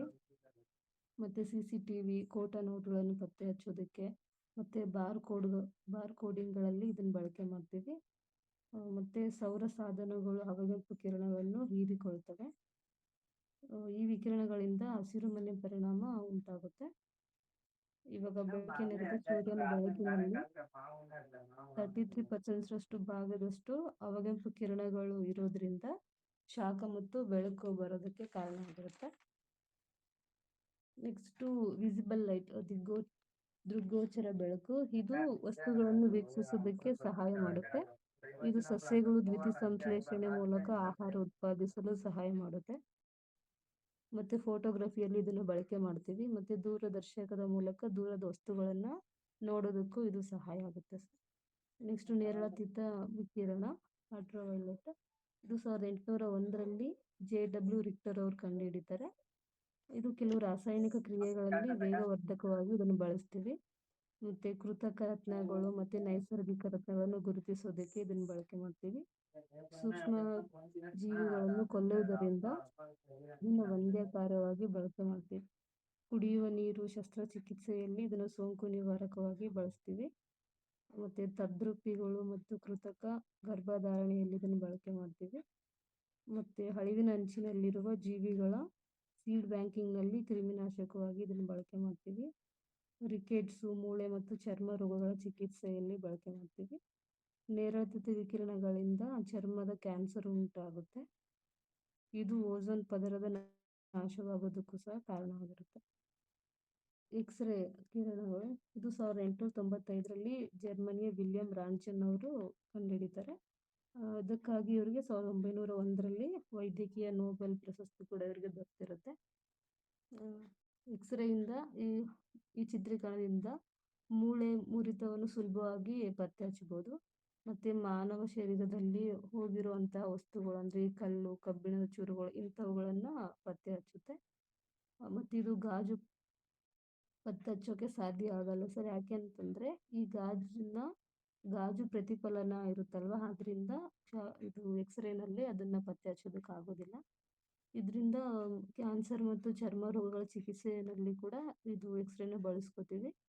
ರೇಡಿಯೋ ಛಾಯಾಬಿಂಬಗಳಲ್ಲಿ ಇದನ್ನ ಬಳಕೆ ಮಾಡ್ತೀವಿ. ಮತ್ತೆ ಫೋಟೋಗ್ರಫಿನಲ್ಲಿ ಎಕ್ಸ್ರೇನ ಬಳಕೆ ಮಾಡ್ಕೋತೀವಿ. ನೆಕ್ಸ್ಟ್ ಗಾಮಾ ವಿಕಿರಣಗಳು, ಇದನ್ನ ಹೆನ್ರಿ ಬೆಕ್ವೆರೆಲ್ ಮತ್ತು ಪೌಲ್ ವಿಲ್ಲಾರ್ಡ್ ಅವರು ಕಂಡುಹಿಡಿತಾರೆ. ಇದನ್ನ ಕ್ಯಾನ್ಸರ್ ರೋಗ ಚಿಕಿತ್ಸೆಯಲ್ಲಿ ಬಳಕೆ ಮಾಡ್ತೀವಿ. ಗಾಮಾ ವಿಕಿರಣಗಳನ್ನು ಸೂಕ್ಷ್ಮ ದರ್ಶಕಗಳಲ್ಲಿ ಉಪಯೋಗಿಸ್ತಾರೆ. ಮತ್ತೆ ದ್ಯುತಿವಿದ್ಯುತ್ ಪರಿಣಾಮ ಉಂಟು ಮಾಡಲು ಬಳಸ್ತೀವಿ. ರೇಡಿಯೋಗ್ರಫಿನಲ್ಲಿ ಬಳಕೆ ಮಾಡ್ತೀವಿ. ಇವು ವಿದ್ಯುತ್ಕಾಂತೀಯ ವರ್ಣಪಟಲದಲ್ಲಿ ಅತ್ಯಂತ ಹೆಚ್ಚಿನ ಶಕ್ತಿಯನ್ನು ಹೊಂದಿರುತ್ತವೆ ಸರ್. ಮತ್ತೆ ಸೋನಾರ್ ಅಂತಂದ್ರೆ ಸೌಂಡ್ ನ್ಯಾವಿಗೇಷನ್ ಅಂಡ್ ರೇಂಜಿಂಗ್ ಅಂತ. ಇದು ಶಬ್ದ ಪ್ರಸರಣದಿಂದ ವ್ಯಾಪ್ತಿನ ನಿರ್ಧಾರ ಮಾಡುತ್ತೆ. ಅಂದ್ರೆ ಶ್ರವಣಾತೀತ ತರಂಗಗಳನ್ನು ಬಳಸಿ ಈಗ ನೀರಿನಲ್ಲಿರುವಂಥ ವಸ್ತುಗಳ ಸ್ಥಾನ, ದೂರ, ದಿಕ್ಕು ಮತ್ತು ಅವು ಚಲಿಸುತ್ತಿದ್ರೆ ಅವುಗಳ ಜವವನ್ನು ಅಳತೆ ಮಾಡುತ್ತೆ ಸರ್ ಇದು. ಸೋನಾರಲ್ಲಿ ಎರಡು ಭಾಗಗಳನ್ನಾಗಿ ಮಾಡ್ಬೋದು. ಒಂದು ಸೋನಾರ್ ಪ್ರೇಷಕ ಅಂತ, ಇನ್ನೊಂದು ಸೋನಾರ್ ಪತ್ತೆಕಾರಿ. ಸೋನಾರ್ ಪ್ರೇಷಕ ಅಂದ್ರೆ ಟ್ರಾನ್ಸ್ಮಿಟರು. ಇದು ವಿದ್ಯುತ್ ಶಕ್ತಿಯನ್ನು ಶ್ರವಣಾತೀತ ತರಂಗಗಳಲ್ಲಿ ಮಾರ್ಪಾಡು ಮಾಡಿಕೊಂಡು ಒಂದು ವಸ್ತುವಿಗೆ ಅಂದ್ರೆ ಈಗ ನೀರಲ್ಲಿ ಇದ್ದಾಗ ಒಂದು ವಸ್ತುವಿಗೆ ತಾಕುವವರೆಗೆ ನೀರಿನಲ್ಲಿ ಚಲಿಸುತ್ತೆ. ಮತ್ತೆ ಅದು ಚಲಿಸಿ ಪ್ರತಿಫಲನವಾಗಿ ಸೋನಾರ್ಗೆ ಹಿಂತಿರುಗುತ್ತೆ. ಸೋನಾರ್ ಪತ್ತೆಕಾರಿ ಡಿಟೆಕ್ಟರ್ ಅಂತಂದ್ರೆ ಇದು ಸೋನಾರ್ಗೆ ಹಿಂತಿರುಗಿದ ಪ್ರತಿಫಲ ತರಂಗಗಳೇನಿರುತ್ತೆ ಅದನ್ನ ಪತ್ತೆಕಾರಿಯಾಗಿ ಸ್ವೀಕರಿಸುತ್ತೆ. ಮತ್ತೆ ಅದು ಸಂಜ್ಞೆಗಳಾಗಿ ಮಾರ್ಪಡಿಸಿ ಅಂದ್ರೆ ಇಲ್ಲಿ ಇದೆ ಅನ್ನೋ ತರ ಪತ್ತೆಕಾರಿ ಕೆಲಸ ಇದು ಮಾಡುತ್ತೆ. ಇಷ್ಟೇ ಮಾಡ್ಕೊಂಡು. Thank you sir, thank you. I think ಈಗ ಡಿಕೋಡ್ ಮಾಡ್ಕೊಳೋದು ಗೊತ್ತಾಗಿರುತ್ತೆ. ಈಗ ಇಷ್ಟಕ್ಕೆ ಮುಂಚೆ ಒಬ್ರು ಸರ್ ಹೇಳಿದ್ರಲ್ವಾ, ಅಂಡ್ ಇವರು ಹೇಳಿದ್ರಲ್ವಾ, ಯಾವ ಥರ ಡಿಕೋಡ್ ಮಾಡ್ಕೊಂತಿದ್ದಾರೆ ನೀವು ಸ್ವಲ್ಪ ಕಲೀರಿ. ಇನ್ನು ಯಾರು ಮಾಡ್ಕೊಂಡಿಲ್ಲೋ ತಿಳ್ಕೊಳ್ಳಿ. ಬಿಕಾಸ್ ನಮಗೆ 4 ಆಪ್ಷನ್ಸ್ ಅಷ್ಟೇ ತಿಳ್ಕೊಂಡ್ರೆ ಇಲ್ಲಿ ವರ್ಕೌಟ್ ಆಗಲ್ಲ. ಈ ಕಾನ್ಸೆಪ್ಟ್ ಎಲ್ಲಾನು ಇನ್ 360 ಡಿಗ್ರಿಯಲ್ಲಿ ಕಲ್ತ್ರೆ ಡಿಕೋಡ್ ಮಾಡ್ಕೊಳೋದು ನಿಮಗೆ ಎನಫ್ ಆಗುತ್ತೆ. ಅವಾಗ ನೀವು ಎಂಥ ಎಕ್ಸಾಮ್ ಅನ್ನ ಬರೀರಿ, ನಿಮ್ಮ ನೋಟ್ಸಲ್ಲಿ ನೀವು ಪ್ರಿಪೇರ್ ಆಗಿರತಕ್ಕಂಥ ಬುಕ್ಕಲ್ಲೇ ಇರುತ್ತೆ. ಡಿಪೆಂಡೆನ್ಸಿ ಕಡಿಮೆ ಆಗುತ್ತೆ. ಎಸ್ಪೆಷಲಿ ಲೈಕ್ ಇನ್ಸ್ಟಿಟ್ಯೂಟ್ ನೋಟ್ಸ್ ಅಂತ ಅಥವಾ ಆಥರ್ ಬುಕ್ ಅಂತ, ಅಥವಾ ಮತ್ತೆ ಈಗ ನಾನೇ ಕೊಡ್ಲಿ ಅದ್ ನಂಬ್ಲಿಕ್ಕೆ ಹೋಗ್ಬೇಡಿ. ಬಿಕಾಸ್ ನಿಮ್ ಸ್ವಂತಿಕೆ ಇರ್ಬೇಕು ಎಲ್ಲದ್ರಲ್ಲೂ. ಈ ತರ 360 ಡಿಗ್ರಿ ಮಾಡ್ಕೊಂಡಾಗ ನಿಮ್ಗೊಂದು ಬೂಸ್ಟ್ ಸಿಗುತ್ತೆ, ಐ ಮೀನ್ ಹೋಪ್ ಸಿಗುತ್ತೆ. ಓಕೆ, ನಾನು ಇಷ್ಟೆಲ್ಲ ಓದಿದ್ದೀನಿ, ಅದು ಟಫ್ ಬರಲಿ ಈಸಿ ಬರಲಿ ನಂಗೆ ಆರಾಮ್ಸೆ ಕ್ಲಿಯರ್ ಮಾಡ್ತೀನಿ. ಈಗ ಇಷ್ಟೆಲ್ಲ ಕಲ್ತ ಮೇಲೆ ನಿಮಗೊಂದು ಓಪ್ಸ್ ಇರುತ್ತಲ್ವಾ, ಆವಾಗ ಕೂಲ್ ಮೈಂಡ್ ಇಟ್ಕೊಂಡು ಎಕ್ಸಾಮ್ ಅಟೆಂಡ್ ಮಾಡಿ ಬಂದ್ರೆ ಏನಫ್ ಇರುತ್ತೆ. ಇಲ್ಲಿ ಏನೂ ಬೇಕಾಗಿಲ್ಲ. ಓವರ್ ಥಿಂಕ್ ಅಷ್ಟೇ ಬಿಟ್ಬಿಡಿ, ಮತ್ತೇನಿಲ್ಲ. ನಾನೇ ಓದಿದ್ದೀನಿ, ನನಗೆ ಗೊತ್ತು ಎಲ್ಲ ಅನ್ನೋದು ಫಸ್ಟ್ ಬಿಟ್ಬಿಡಿ. ಆರಾಮ್ಸೆ ಕೂಲ್ ಮೈಂಡ್ ಇಟ್ಕೊಂಡು ಓಕೆ ನಾನು ಇಷ್ಟೆಲ್ಲ ಮಾಡಿದ್ದೀನಿ, ನಂಗೆ ಟಫ್ ಇದೆ ಅಂತಂದ್ರೆ ಇನ್ನು ಆಜು ಬಾಜು ಇರ್ತಕ್ಕಂಥವ್ರಿಗೆ ಇನ್ನೆಷ್ಟು ಇರ್ಬೋದು. ಆಲ್ರೆಡಿ ನೀವು ಎಲ್ಲರಿಗಿಂತ ಒಂದು ಹೆಜ್ಜೆ ಮುಂದೆ ಇದ್ದೀರಾ. ಆ ಕ್ವಶನ್ ಏನಾದರೂ ಟಫ್ ಬಂದು ನಿಮಗೆ ಅರ್ಥ ಆಗಿಲ್ಲ ಅಂತಂದ್ರೆ ಮತ್ತೊಬ್ಬರಿಗೆ ರಿಮೈನಿಂಗ್ ಇರ್ತಕ್ಕಂಥವ್ರಿಗೆ ಕಡಿಮೆ ಮಾಡ್ತಿಲ್ಲ ನಾನು, ಬಟ್ ಅವ್ರ ಆ್ಯಂಗಲಲ್ಲಿ ಇನ್ನೂ ಟಫ್ ಆಗುತ್ತೆ ನಿಮ್ಗಿಂತ. ಓಕೆನಾ? ಐ ಥಿಂಕ್ ಈ ಕ್ವಶನ್ ಕ್ಲಿಯರ್ ಆಯಿತು ಅನ್ಕೊಂಡಿದ್ದೀನಿ ನಾನು.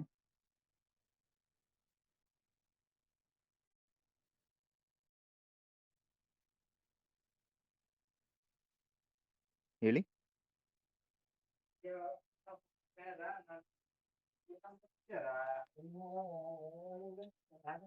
ಹ್ಮ್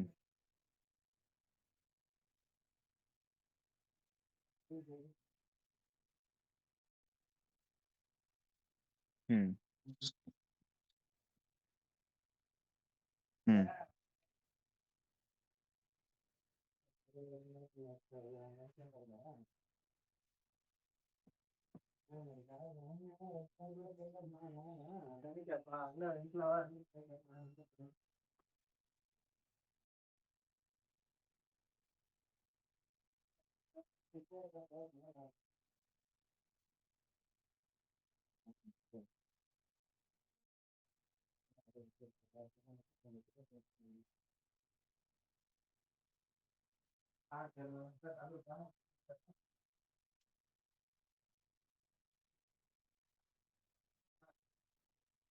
ಅಯೋನೋಸ್ಪಿಯರ್ ಅಲ್ಲಿ ಮೈಕ್ರೋವೇವ್ಸ್ ಬರ್ತದ.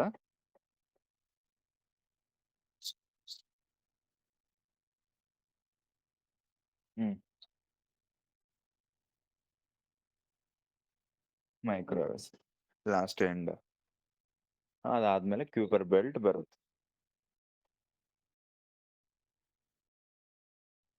ಈಗ ನೀವ್ ಏನ್ ಹೇಳಿದ್ರಿ ಹೇಳಿ? ಒಂದ್ ಸೆಕೆಂಡ್ ಸರ್, ಗ್ರೂಪಲ್ಲಿ ಇರ್ತಕ್ಕಂಥವ್ರು ಹೇಳಿ. ನಾ ಹೇಳ್ತೀನಿ ಸರ್, ನಾ ಹೇಳ್ತೀನಿ. ಗ್ರೂಪಲ್ಲಿ ಇರ್ತಕ್ಕಂಥವ್ರು ಆನ್ಸರ್ ಮಾಡಿ. ಮಿಸೋಸ್ಪಿಯರ್ ಅಲ್ಲಿ ಯಾವ ವೇವ್ಸ್ ಬರುತ್ತೆ?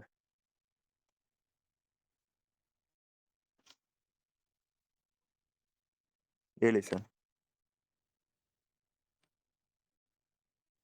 ಮಿಸೋಸ್ಪಿಯರ್ ಅಲ್ಲಿ ಯಾವ ಮಿಸೋಸ್ಪಿಯರ್ ಮೀನ್ಸ್ ಕನ್ನಡದಲ್ಲಿ ಏನಂತಾರೆ ಸರ್? ಅದು ಪರಿವರ್ತನಾ ಮಂಡಳ, ಮಧ್ಯಂತರ ವಲಯ. ಮಧ್ಯಂತರ ವಲಯದಲ್ಲಿ ಯಾವ ಕಿರಣಗಳು ಬರುತ್ತೆ ಮಿಸೋಸ್ಪಿಯರ್ ಅಲ್ಲಿ? ಮಿಸೋಸ್ಪಿಯರ್ ಹೇಳಿ sir.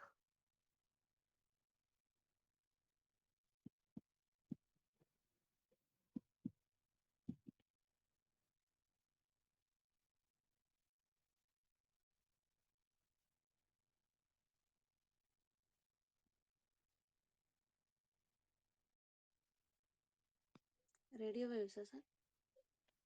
Hmm radio waves sir. Radio waves ಬರುತ್ತಾ ಮಿಸೋಸ್ಪಿಯರ್ ಅಲ್ಲಿ? Sir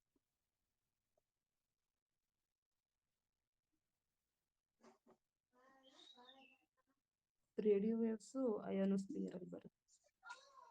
ಅಯೋನಮಂಡಲ thermosphere. ಅದಕ್ಕೆ ಸರ್ ಸೈಲೆಂಟ್ ಆಗ್ತಿರೋದು, ಅದಕ್ಕೆ ನಮ್ಗೆ ಯಾವ ತರ ಇದ್ ಮಾಡ್ತಾ ಇದ್ದೀರಾ ಅಂತ ನಾನು.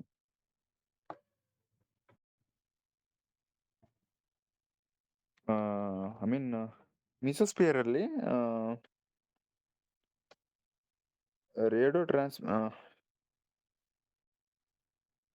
ಮಿಸೋಸ್ಪಿಯರ್ ಎಲ್ಲಿ ಬರುತ್ತೆ ಹೇಳಿ? I mean first troposphere, stratosphere, ಆಮೇಲೆ ಮಿಸೋಸ್ಪಿಯರ್, ಆಮೇಲೆ ಅಯೋನೋಸ್ಪಿಯರ್, ಆಮೇಲೆ ಎಕ್ಸೋಸ್ಪಿಯರ್ ಅಲ್ವಾ? ಈ ionosphere and mesosphere in between ಈ ರೇಡಿಯೋ ವೇವ್ಸ್ ಬರುತ್ತಲ್ವಾ, ರೇಡಿಯೋ ಟ್ರಾನ್ಸ್ಮಿಷನ್ ಅಂತ. ಸರ್ ಇನ್ನೊಮ್ಮೆ ಹೇಳಿ.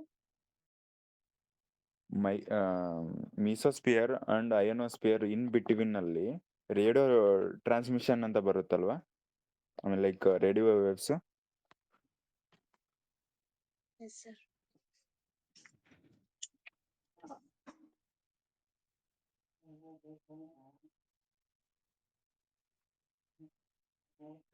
ವಿಚ್ ಐ ಮೀನ್ ನಿಮ್ ಕ್ವೆಶನ್ ಕೇಳೋದಾದ್ರೆ which layer of the atmosphere helps in the radio transmission ಅಂತ, ಐ ಮೀನ್ ರೇಡಿಯೋ ವೇವ್ಸ್ ಯಾವ ಲೇಯರ್ ಅಲ್ಲಿ ಬರುತ್ತೆ ಅದು?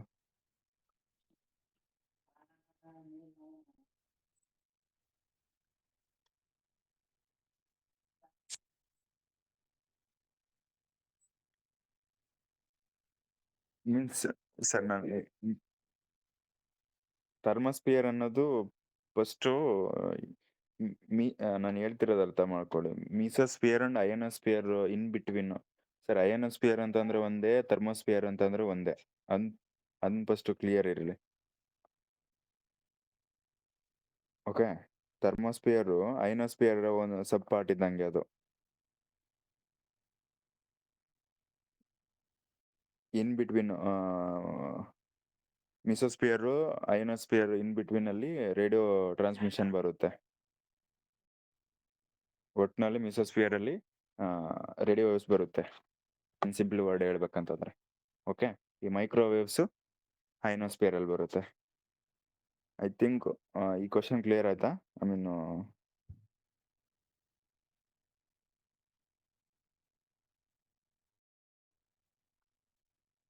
ಇವನ್ ಇದು ಈ ಜೆಟ್ಗಳೆಲ್ಲ ಯಾವ ಲೇಯರ್ ಅಲ್ಲಿ ಮೂವ್ ಆಗ್ತಾ ಇರುತ್ತೆ ಅಂಡ್ ಇದು ಎಷ್ಟು ಕಿಲೋಮೀಟರ್ ರೇಂಜಸ್ ಕೂಡ ಕೇಳಿದ್ದಾರೆ ನೋಡಿ. ಐ ಮೀನ್ 8 ಇಂದ 20, ಐ ಮೀನ್ 10 ಇಂದ 50 ವರೆಗೂ ಸ್ಟ್ರಾಟೋಸ್ಫಿಯರ್, ಅದರ ಟ್ರೋಪೋಸ್ಫಿಯರ್ ಇಂದ ಸ್ಟ್ರಾಟೋಸ್ಫಿಯರ್.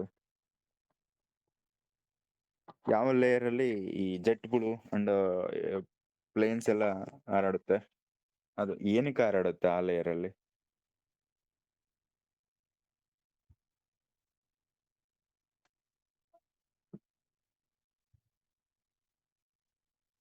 Stratosphere sir. ಹೇಳಿ ಸರ್, ಸ್ವಲ್ಪ ಜೋರ ಮಾತಾಡಿ. ಸ್ಟ್ರಾಟೋಸ್ಫಿಯರ್ನಲ್ಲಿ ಹಾರಾಡ್ತವೆ ಸರ್. ಅಂದರೆ ಓಝೋನ್ ಇದೆಯಲ್ವಾ, ಅದರ ಕೆಳಭಾಗದಲ್ಲಿ ವಿಮಾನಗಳು ಹಾರಾಟ ಮಾಡ್ತವೆ. ಓಝೋನ್ನ ಮೇಲ್ಭಾಗದಲ್ಲಿ ಜೆಟ್ ವಿಮಾನಗಳು ಹಾರಾಟ ಮಾಡ್ತವೆ. ಓಕೆ, ಈ ಹೇಳ್ತಿರೋದು ಎಕ್ಸಾಕ್ಟ್ಲಿ ಕರೆಕ್ಟ್ ಇದೆ. ವೈ? ಕಾರಣ ಹೇಳಿ ಸರ್, ಅಲ್ಲೇ ಏನಕ್ಕೆ?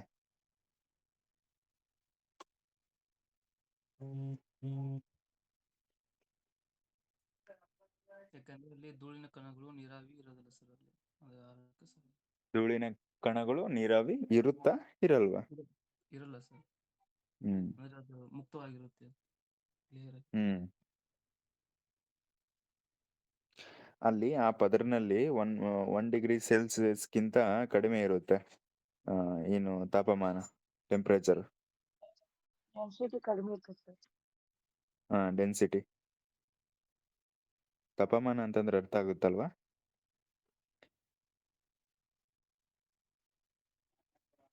ಅದಕ್ಕೋಸ್ಕರ ಈ stratosphere in between troposphere and stratosphere in between ಅಲ್ಲಿ ಓಝೋನ್ ಲೇಯರ್ ಬರುತ್ತೆ. ಆ ಓಝೋನ್ ಲೇಯರ್ ಕೆಳಗಡೆ ನಾರ್ಮಲ್ ಆಗಿ ಈಗ ಈ ಏರೋಪ್ಲೇನ್ಸ್ ಎಲ್ಲ ಅಡ್ಡಾಡ್ತಾವಲ್ವಾ, ಈಗ ವಿಮಾನಗಳು, ಅವು ಓಝೋನ್ ಲೇಯರ್ ನಾರ್ತ್ಗೆ, ಐ ಮೀನ್ ಅದ್ರ ಮೇಲ್ಗಡೆ ಜೆಟ್ಗಳೆಲ್ಲ ಅಡ್ಡಾಡ್ತವೆ. ಜೆಟ್ಗಳು ಮೀನ್ಸ್ ಈ ನಾವು ಡಿಫೆನ್ಸ್ಗೆಲ್ಲ ಯೂಸ್ ಮಾಡ್ತೀವಲ್ವಾ, ಇವು. ಅಂಡ್ ಈ ಜೆಟ್ ಟ್ರೈನಿಂಗ್ ಸೆಂಟರ್ ಕಲಬುರಗಿ, ಸಾರಿ ಬೀದರ್ ಅಲ್ಲಿ ಇದೆ ನೋಡಿ. ನಮ್ಮ ಇಂಡಿಯಾದು ಈ ಜೆಟ್ ಟ್ರೈನಿಂಗ್ ಸೆಂಟರ್ ಬೀದರ್ ಅಲ್ಲಿ ಇದೆ ನೋಡಿ. ಅದೊಂದು ಸ್ವಲ್ಪ ನೆನ್ಪಿಟ್ಕೊಂಡಿರಿ.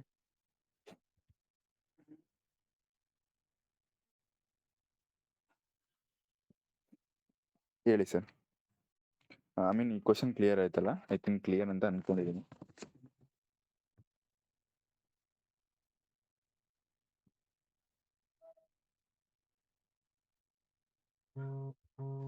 ಹೇಳಿ ಸರ್.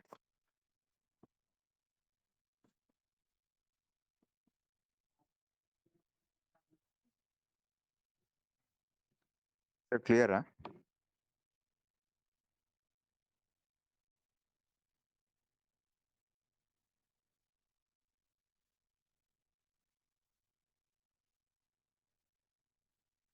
ಕ್ಲಿಯರ್ ಅಲ್ವಾ? ಕ್ಲಿಯರ್ ಇತ್ತಂದ್ರೆ ನೆಕ್ಸ್ಟ್ ಕ್ವಶನ್ ಬನ್ನಿ.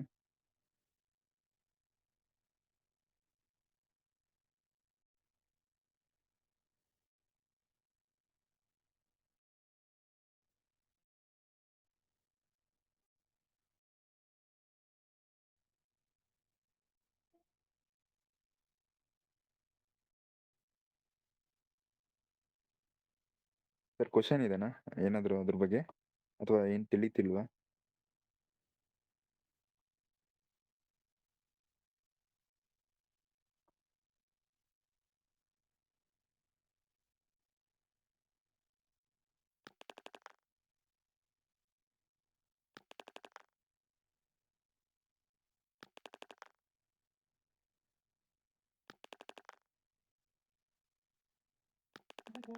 ಸರ್ ಸರ್ ಕ್ಲಿಯರ್ ಇತ್ತು ಕ್ವಶನ್ ಬನ್ನಿ, ವೇಟ್ ಮಾಡಬೇಡಿ. ಐ ಮೀನ್ ಟೈಮ್ ಕನ್ಸ್ಯೂಮ್ ಇದೆ.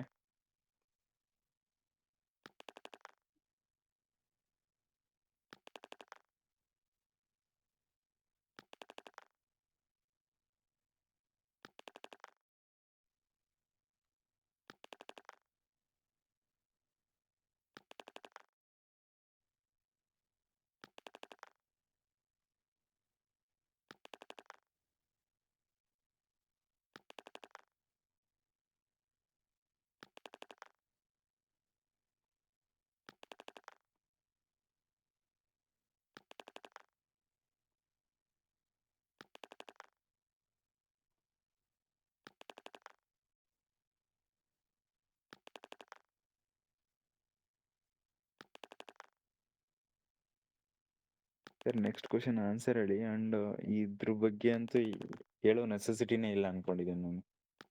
ಸ್ಕಿಪ್ ಮಾಡ್ಕೊಂಡು ನೆಕ್ಸ್ಟ್ ಹೋಗೋದು ಬೆಟರ್ ಅನ್ನಿಸ್ತಿದೆ. ಹೌದಾ? ಅಷ್ಟು ಸರಿ ಡಿಸ್ಕಷನ್ ಆಗಿದೆ, 402 ಅಲ್ಲಿ ಆಗಿದೆ, ಇದೇ VA ಆಗಿದೆ. ಎಕ್ಸಾಕ್ಟ್ಲಿ ಇದರಲ್ಲಿ ಒಂದು ಈ G ಪ್ಲೇಸ್ ಅಲ್ಲಿ F ಹಾಕಿದ್ರು, ನೆನಪಿದೆನಾ ಸರ್? ಈ G ಪ್ಲೇಸ್ ಅಲ್ಲಿ 243 ಮೀಸಲಾತಿ ಅವಧಿ ಪಂಚಾಯತ್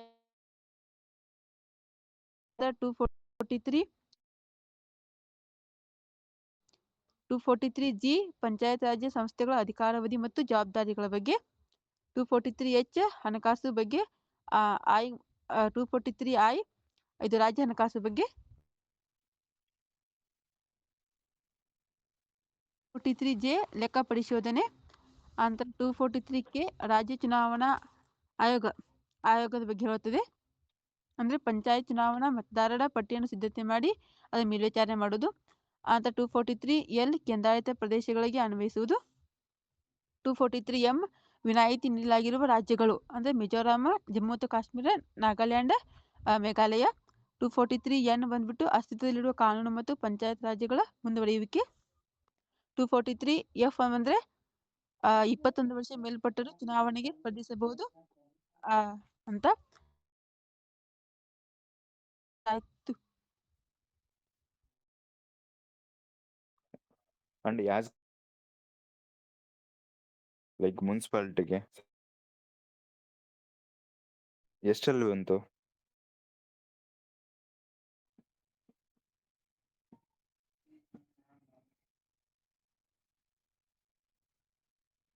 in 92.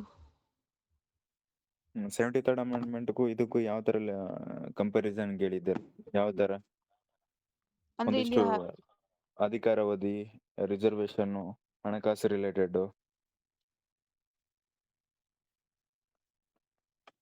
ಸರ್ ಗ್ರೂಪ್ ಅಲ್ಲಿ ಅವ್ರು ಅಷ್ಟೇ ಇಲ್ಲ ಸರ್, ರಿಮೈನಿಂಗ್ ಇರ್ತಕ್ಕಂಥವ್ರು ಕೂಡ articles amendment I mean schedule part 7 ಅಂತ ಹೇಳಿದೆ. ನಾನು ಕೇಳಿದಲ್ವಾ ಕ್ವಶನ್? ನಾನು ಏನೇ ಕ್ವಶನ್ ಬರ್ಲಿ ಅವ್ರಿಗಷ್ಟೇ ಕೇಳ್ತಿರಲ್ಲ, ಎಲ್ರಿಗೂ ಕೇಳ್ತಾ ಇರ್ತೀನಿ ನಾನು. ಈಗ ಇಂಟಿಮೇಟ್ ಮಾಡ್ತಿರ್ತಾರಲ್ಲ ಅವ್ರಿಗಷ್ಟೇ ಕ್ವಶನ್ ಕೇಳ್ತಿರಲ್ಲ ನಾನು, ಎಲ್ರಿಗೂ ಕ್ವಶನ್ ಕೇಳ್ತಾರೆ.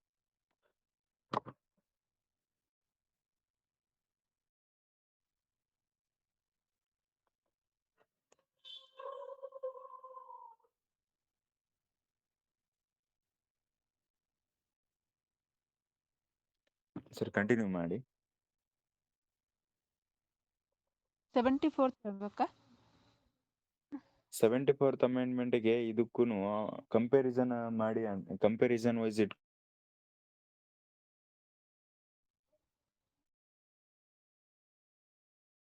ಮೀಸಲಾತಿ ಬಗ್ಗೆ ಹೇಳುತ್ತದೆ, ಅಲ್ಲಿ 243 ಹೇಳುತ್ತೆ ಸರ್. ಅಂದ್ರೆ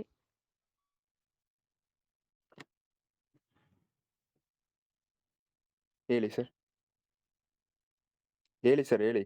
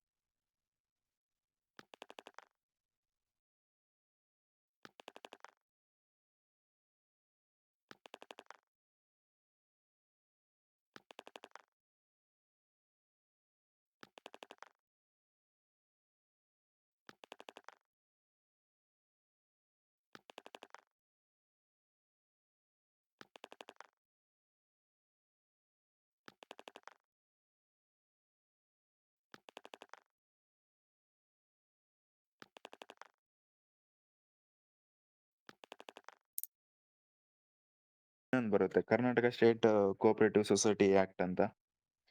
ನಾನು ಕರ್ನಾಟಕ ರಿಲೇಟೆಡ್ ಹೇಳ್ತಿದ್ದೀನಾ. ಈಗ ನಾವು ಅಲ್ಲಿ ಕೇಳಿರೋದು ಕೂಡ ಕರ್ನಾಟಕ ಏನು ಇಂಗ್ಲಿಷಲ್ಲಿ ಏನು ಕರ್ನಾಟಕ ಸಹೋದರ ಸಹಕಾರಿ ಕಾಯ್ದೆ ಅಂತ. ಅದು 1997. ನಮ್ಗೆ ಹೇಳಿ, Karnataka state cooperative society act ಅಂತ, ಸೊಸೈಟೀಸ್ ಆಕ್ಟ್ ಅಂತ ಎಷ್ಟಲ್ಲಿ ಬಂತು? 1959 ಸರ್. ಸ್ವಲ್ಪ ಜೋರಾಗಿ ಹೇಳಿ.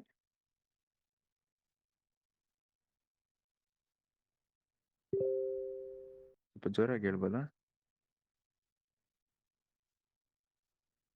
1959. Okay, thank you. ಅದೇ ತರ ಈ ಸೌಂದರ್ಯ ಇದು ಆಕ್ಟ್ ಇದೆ ಅಲ್ವಾ, 1997. ಓಕೆ. ಆಮೇಲೆ ಇನ್ನೊಂದು ಕರ್ನಾಟಕ ಮನಿ ಲೆಂಡರ್ ಆಕ್ಟ್ ಅಂತ ಬರುತ್ತೆ. ಕರ್ನಾಟಕ ಮನಿ ಲೆಂಡರ್ ಆಕ್ಟ್ ಅಂತ.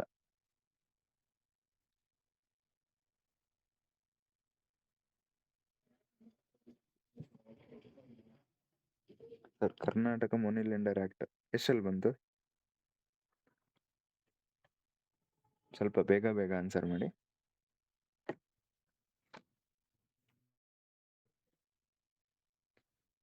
1961. 1961. ಇದೇ 1961 ನಲ್ಲಿ ಇನ್ನು ಏನೇನು ಇಂಪಾರ್ಟೆಂಟ್ ಇದೆ ಹೇಳಿ.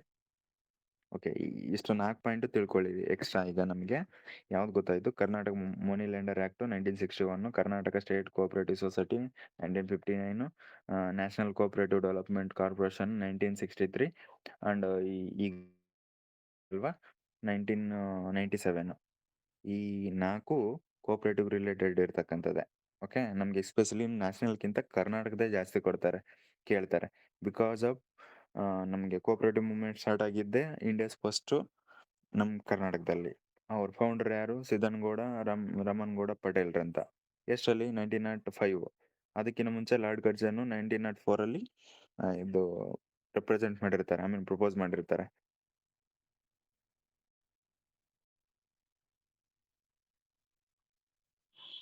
ಮತ್ತೆ ಕೋಆಪರೇಟಿವ್ ಆರ್ಟಿಕಲ್ಸ್ ಬಂತಂದ್ರೆ amendment 97, 43 article. Tip of the tongue ಅಂತಾರಲ್ವಾ, ಜಸ್ಟ್ ಕ್ವಶನ್ ಕೋಆಪರೇಟ್ ಯಾರಾದ್ರೂ ಈಗ ಮನೆ ಬಗ್ಲಾಗ ಜಗಳ ಆಡಿದ್ರೆ ಹೆಂಗ್ ಹೇಳ್ತೆ, ಅವ್ರು ಹಿಂಗಂತೆ ಹಿಂಗ ಅದು ಇದು ಅಂತ ನಿಮ್ಗೆ ಹೆಂಗ್ ಹೇಳ್ಬಿಡ್ತೀರಿ ನೋಡಿ ಮತ್ತೊಬ್ರ ಮುಂದೆ, ಹಂಗ್ ಪಟ್ ಅಂತ ಬರ್ಬೇಕದು. ಅಂಥದ್ದು ನೆನಪಿರುತ್ತೆ ಸರ್ ಅಂತೀರಾ?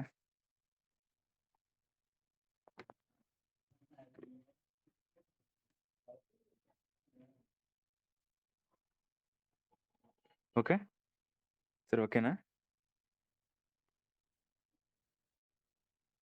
Okay sir. Okay, thank you. ಒಂದಿಷ್ಟು ಈಗ ನಾವು ಸ್ವಲ್ಪ ವರ್ಡ್ ಜಿಯೋಗ್ರಫಿ ನೋಡೋಣ. ಬಿಕಾಸ್ ವರ್ಡ್ ಜಿಯೋಗ್ರಫಿದು ನಾವು ಹಂಗೆ ಕಲಿತಾ ಹೋಗ್ಬೇಕು. ಬಿಕಾಸ್ ಒಂದು ಭಾಳ ದಿನ ಆಯ್ತು ಅನ್ಕೊಂಡಿದೀನಿ, ಸ್ವಲ್ಪ ನೋಡ್ಕೊಂಡಿಲ್ಲ ಅನ್ಕೊಂಡಿದ್ದೀನಿ ನಾನು ವರ್ಡ್ ಜಿಯೋಗ್ರಫಿನ. ನಮಗೆ ಈಗ ಇರಾಕ್ ನ್ಯೂಸಲ್ಲಿದೆ, ಇರಾಕ್ ಬಾರ್ಡರ್ ಕಂಟ್ರೀಸ್ ಹೇಳ್ತೀರಾ? ಇನ್ನೊಂದು ಮರ್ತೆ ನಾನು, ಈ ಚಾಬಾರ್ ಬಂದರ್ ಇದೆ ಅಲ್ವಾ, ಚಾಬಾರ್ ಬಂದರ್ ಎಲ್ಲೈತೆ ಹೇಳಿ? ಇರಾಕ್. ಗ್ವಾದರ್ ಬಂದರ್? ಪಾಕಿಸ್ತಾನ್. ಈ ಚಾಬಾರ್ ಬಂದರ್ನ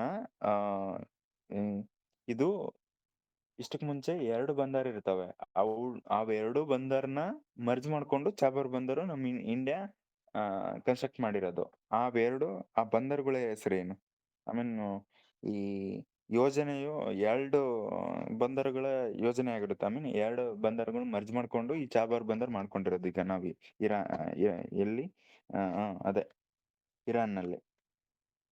ನಾನು ಕೇಳ್ತಿರೋದು ಅವು 2 ಯಾವುದು? 2ರ ಸಂಯೋಜನೆ ಆಗಿರುತ್ತೆ ಇದು ಚಾಬಾರ್ ಬಂದರು. ಆ 2 ಹೆಸರು ಏನು? ಇದು ಯಾವ್ದ್ರಲ್ಲೇ ಒಂದು ಕ್ವಶನ್ ಐ ಮೀನ್ ಕ್ವಶನ್ ಕೇಳಿದ್ದಾರೆ, ಈ 2ರ ಬಗ್ಗೆ ಕೇಳಿದ್ದಾರೆ. ಇಲ್ಲಿ ಚಾಬಾರ್ ಬಂದರು ಯಾವ 2ರ ಸಂಯೋಜನೆ ಅಂತ ಕೇಳಿದ್ದಾರೆ. ನಾನು ನಿನ್ನೆ ಹೇಳ್ಬೇಕಂತಿದ್ದೆ, ನಂಗೆ ರಿಕಾಲ್ ಆಗಿದ್ದಂಗಿಲ್ಲ ಅದು. ನೀವು ಯಾರು ಕ್ವಶನ್ ಮಾಡಲ್ಲ ಹೇಳಿ ಸರ್. ಇದು ಯಾರಾದ್ರೂ ಹೇಳ್ಬೋದಾ ಸರ್, ಶಾಹಿದ್ ಬೆಹೆಸ್ಟಿ ಮತ್ತು ಶಾಹಿದ್ ಕಲಂತರಿ. ಇನ್ನೊಮ್ಮೆ ರಿಪೀಟ್ ಮಾಡಿ ಸರ್. ಶಾಹಿದ್ ಬೆಹೆಸ್ಟಿ ಮತ್ತು Shahid Kalantari. Exactly sir, thank you. ಇದು ನೆನ್ಪಿಟ್ಕೊಂಡಿರಿ, ಓಕೆನಾ? ಮತ್ತೆ ಇನ್ನೊಂದು INSTC ಅಂತಂದ್ರೆ ಏನು? ಅದು ಏನ್ ರೆಪ್ರೆಸೆಂಟ್ ಮಾಡುತ್ತೆ? INSTC ಹಂಗಂತಂದ್ರೆ ಏನು?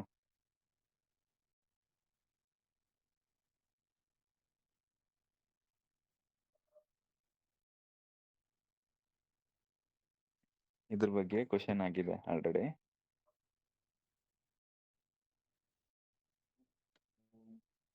ಏನ್ ಹೇಳಿ?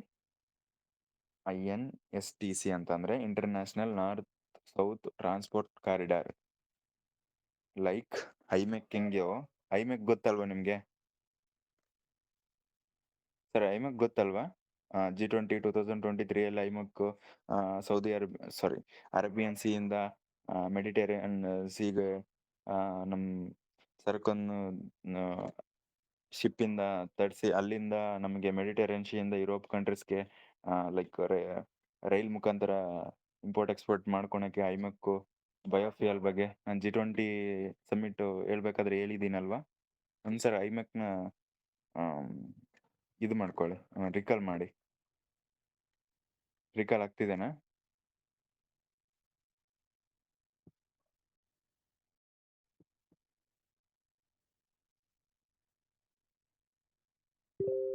ಹ್ಮ್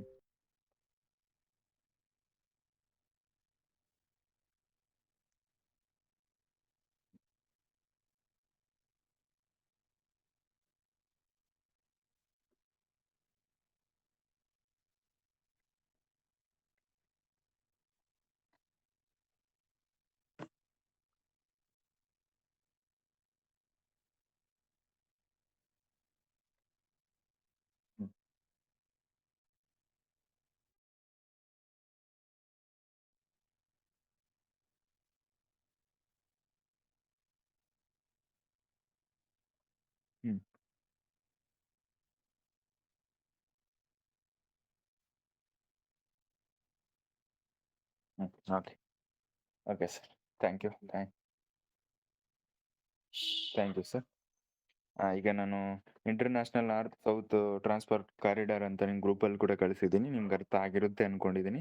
ಇದ್ರ ಬಗ್ಗೆ ಯಾರಾದರೂ ಹೇಳ್ಬೋದಾ? ಇದು ಎಷ್ಟರಲ್ಲಿ ಸ್ಥಾಪನೆ ಆಯಿತು ಮತ್ತು ಏನು ಪರ್ಪಸ್ ಏನಿದು?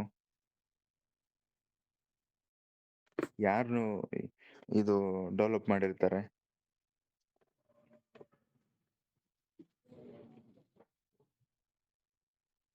ಈ ಪರ್ಪಸ್ ಏನಿದು?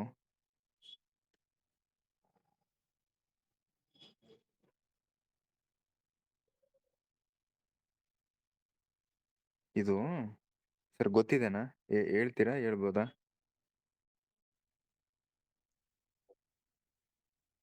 ದಯವಿಟ್ಟು ಇಂಟಿಮೇಟ್ ಮಾಡಿ, ನನಗೆ ಟೈಮ್ ಭಾಳ ಕನ್ಸ್ಯೂಮ್ ಇರುತ್ತೆ. ಹೇಳಿ ಸರ್ ನೀವು. I mean north south transport corridor ಇದೆ ಅಂದ ಅಲ್ವಾ? ಈ ಕಾರಿಡಾರ್ ಅಂತ ಅಂದ್ರೆ ಏನು ಅಂತಂದ್ರೆ ಫಸ್ಟ್ಲಿ ಬೇಸಿಕ್ ನಮ್ಗೆ ಗೊತ್ತಿರೋದು ಕಾರಿಡಾರ್ ಅಂತಂದ್ರೆ ಇಂಪೋರ್ಟ್ ಎಕ್ಸ್ಪೋರ್ಟ್ಗೆ ಸಂಬಂಧಪಟ್ಟಿರತಕ್ಕಂಥದ್ದು ಅಂತ ಬೇಸಿಕ್ ತಿಳ್ಕೊಳ್ಳಿ. ಓಕೆ, ಇದು ಇದನ್ನ ಈ ನಾರ್ತ್ ಸೌತ್ ಟ್ರಾನ್ಸ್ಪೋರ್ಟ್ ಕಾರಿಡಾರ್ನ ಡೆವಲಪ್ ಮಾಡಿದವರು Russia. In between India and ರಷ್ಯಾಗೆ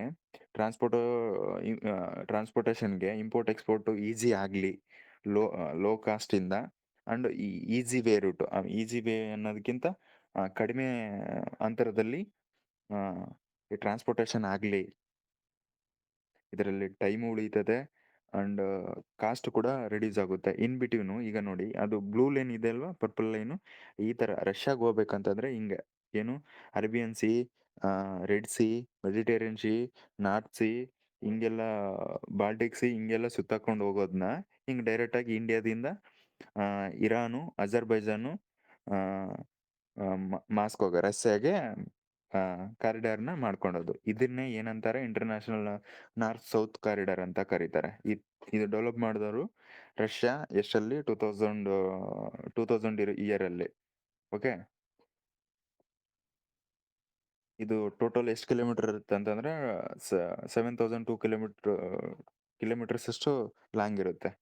ಇದರಲ್ಲಿ ಯಾವ ಕಂಟ್ರೀಸ್ ಬರ್ತಾವೆ ಅಂತಂದ್ರೆ 13 ಕಂಟ್ರೀಸ್ ಬರ್ತವೆ. ನಿಮ್ಗೆ ಕಂಟ್ರೀಸ್ ಏನು ಕೇಳಲ್ಲ, ಜಸ್ಟ್ ಒಂದ್ಸರಿ ಬೇಸಿಕ್ಲಿ ಗೊತ್ತಿರಲಿ. India, Russia, Iran, Azerbaijan, Belarus, Bulgaria, Armenia, Kazakhstan, Kyrgyzstan, Oman, Tajikistan, Turkey, Ukraine ಬರುತ್ತೆ. Okay,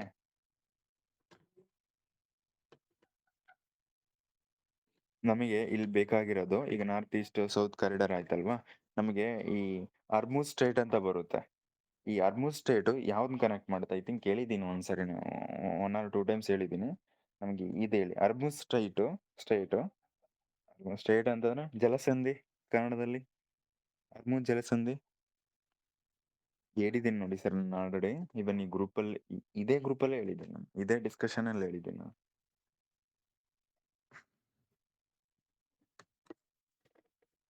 sir Strait of Hormuz, Bab el Mandeb Hormuz, Gibraltar ಜಲಸಂಧಿ ಅಂಡ್ ಮಲಕ್ಕಾ ಸ್ಟ್ರೇಟು, ಈ 4 ಹೇಳಿದ್ದೀನಿ ನಾನು. ಆಮೇಲೆ ಪನಾಮಾ ಕಾಲುವೆ. ಇನ್ನೂ ಹೇಳ್ಬೇಕಂತಂದ್ರೆ ಇಂಗ್ಲಿಷ್ ಚಾನಲ್ ಹೇಳಿದ್ದೀನಿ. ನಾರ್ತ್ ಸಿ ಬಗ್ಗೆನೂ ಹೇಳಿದ್ದೀನಿ. ಇತ್ತೀಚೆಗೆ ಸ್ವಲ್ಪ ಈಗ ಮೆಡಿಟೇರಿಯನ್ ಸಿ ಬಿಟ್ಟು ನಾರ್ತ್ ಸಿಗೆ ಕ್ವಶನ್ಸ್ ಭಾಳ ಬರ್ತಿದೆ ಇಂಗ್ಲಿಷ್ ಚಾನಲ್ ಕಡೆ ಅಂತಾನು ಹೇಳಿದ್ದೀನಿ ನಾನು. Yes sir, no sir?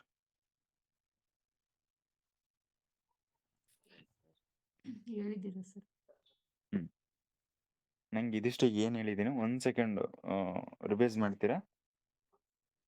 Because ಭಾಳ ಇಂಪಾರ್ಟೆಂಟ್ ಇದೆ. ವರ್ಲ್ಡ್ ಜಿಯೋಗ್ರಫಿನ ನಿಮಗೆ ಸಪ್ರೇಟಾಗಿ ನೀವು ಎಲ್ಲಾದರೂ ಹಿಂಗೆ ಕ್ಲಾಸ್ ಕೂತು ಕೇಳಿದ್ರು ಐ ಥಿಂಕ್ ನಂಗೆ ಡೌಟ್ ಕಲಿಯೋದು. ಕಲಿಸೋರು ಇಲ್ಲ ಅನ್ನಿಸ್ತಿದೆ ನನಗೆ. ಕಂಪ್ಲೀಟ್ ಮಾಡ್ಕೊಡೋರು ಬೇಕಲ್ವಾ ನಿಮಗೆ? ಅದು ಕೂಡ PYQ ಆ್ಯಂಗಲಲ್ಲಿ ಓದಿದ್ರೆ ನಮ್ಗೆ ಅರ್ಥ ಆಗುತ್ತೆ. ಸುಮ್ಮನೆ ಕ್ಲಾಸ್ ಥರ ಕೇಳಿದ್ರೆ ಅರ್ಥ ಆಗಲ್ಲ. ನಂಗೀಗ ಅರ್ಮುಸ್ ಜಲಸಂಧಿ ಹೇಳಿ ಆ್ಯಂಡ್ ಮಲಕ್ಕಾ ಸ್ಟ್ರೇಟ್ ಹೇಳಿ. ಜಸ್ಟ್ ಇನ್ ಬಿಟ್ವೀನ್ ಕೇಳ್ತಾರೆ ಸರ್. ಈಗ ಮಲಕ್ಕಾ ಜಲಸಂಧಿ ಯಾವ 2 ದೇಶಗಳ ಮಧ್ಯೆ ಇದೆ? ಇವನು 9th ಡಿಗ್ರಿ ಚಾನಲ್ಲು 8th ಹಿಂಗೂ ಕ್ವಶನ್ ಕೇಳಿದ್ದಾರೆ. ಈ ನಿಕೋಬಾರ್ಗೆ ಯಾವ ಒಂದು ನಿಯರ್ ಬೈ ದೇಶ ಹತ್ರ ಇದೆ? ಮಾಲ್ಡೀವ್ಸ್ನ ಮಾಲ್ಡೀವ್ಸಾ ಅಥವಾ ಇನ್ನೊಂದಿದೆ ಅಲ್ವಾ ಈ ಕಡೆ ಸೌತ್ ಆಫ್ರಿಕಾ ಕಡೆ, ಅದು ಯಾವುದು ಮಡಗಾಸ್ಕರ್. ಮಾಲ್ಡೀವ್ಸ್ ಇದೆನಾ, ಮಡಗಾಸ್ಕರ್ ಇದೆನಾ, ಹಿಂಗೂ ಕ್ವಶನ್ ಆಗಿದೆ. 9th degree channel, 10th degree channel, 8 degree channel, ಇವಂತೂ ಕ್ವಶನ್ ಹೇಳೋ ಅವಶ್ಯಕತೆನೇ ಇಲ್ಲ, ಎಷ್ಟು ಸರಿ ಆಗಿದಾವೆ. 9th ಡಿಗ್ರಿ ಬಂತಂದ್ರೆ ಅಂಡಮಾನ್ ನಿಕೋಬಾರು, 9th ಬಂತಂದ್ರೆ Maldives, sorry Minicoy and Lakshadweep, ಇನ್ನೊಂದು ಲಕ್ಷದ್ವೀಪ್ ಅಂಡ್ ಮಾಲ್ಡೀವ್ಸಾ 8th ಡಿಗ್ರಿ ಚಾನಲ್.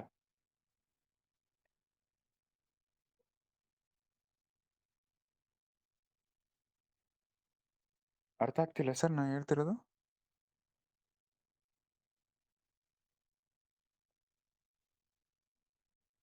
ಹಲೋ,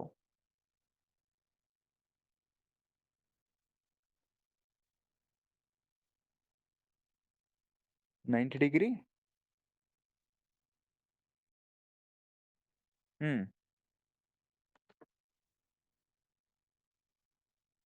ಈಗ ಫಸ್ಟ್ ಕೇಳ್ತಾ ಇದ್ದೀರಾ ಇವ್ರನ್ನೆಲ್ಲ? ಓ ಸೆಟ್. ಓಕೆ ಓಕೆ ಓಕೆ, ಸರಿ ಇದೆ ಅಂತ ಫಾಸ್ಟಾಗಿ ಹೇಳ್ತಾ ಇದ್ದೀನಿ. ಸರಿ, 10th ಡಿಗ್ರಿ ಚಾನಲ್ ಅಂತ ಬರುತ್ತೆ, ಇದು ಅಂಡಮಾನ್ ನಿಕೋಬಾರ್ ಬರುತ್ತೆ. ಅಂಡಮಾನು ನಿಕೋಬಾರ್ನ ಡಿವೈಡ್ ಮಾಡುತ್ತೆ. ಅದೇ ಥರ 9th ಡಿಗ್ರಿ ಬಂತಂದರೆ I think Minicoy and Lakshadweep divide ಮಾಡುತ್ತೆ ಅಂದ್ಕೊಂಡಿದ್ದೀನಿ. 8th ಡಿಗ್ರಿ ಬಂತಂದರೆ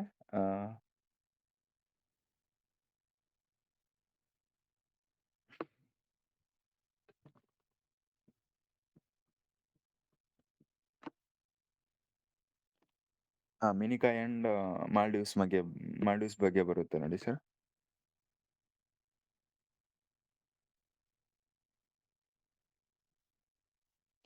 ಹಂಗೆ ಅರ್ಮುದ್ ಜಲಸಂಧಿದ ಬಗ್ಗೆ ಹೇಳಿ ಸರ್, ನನಗೆ ಇದು ಕ್ಲಿಯರ್ ಆಯ್ತು ಅನ್ಕೊಂಡಿದ್ದೀನಿ. ಇವನ್ ಇದ್ರ ಬಗ್ಗೆ ನಾನು ಸೋರ್ಸ್ ಕೂಡ ಕೊಡ್ತೀನಿ.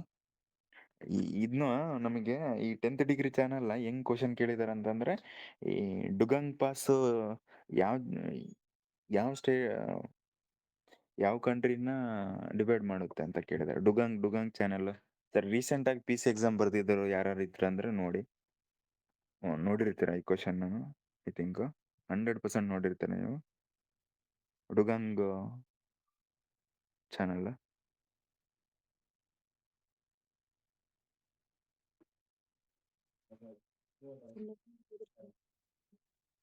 ಹೇಳಿ, ನಿನ್ನೆ ಏನೋ ಹೇಳಿದ್ರಿ ಸರ್ ಅದ್ರ ಬಗ್ಗೆ. ಐ ಮೀನ್ ಡುಗಾಂಗ್ ಮೀನ್ಸ್ ಅದು ಸೀಕವು ಅದಲ್ಲ ಸರ್. ಡುಗಾಂಗ ಅದು ಹೇಳಿದ್ ನಾನು. ಹಾಂ ಸರ್. ಸಾರಿ, ಡುಗಾಂಗ್ ಅದು ಸಾರಿ ನಾನು ಪ್ರೊನೌನ್ಸಿಯೇಷನ್ ತಪ್ಪು ಮಾಡ್ತಿದ್ದೀನಿ. ಡಂಕನ್ ಪ್ಯಾಸೇಜ್, ಸಾರಿ ಪ್ರೊನೌನ್ಸಿಯೇಷನ್ ತಪ್ಪಾಗ್ತಿದೆ. Duncan passage sir. Duncan passage ಬಗ್ಗೆ ಕೇಳಿದಾರಲ್ವಾ?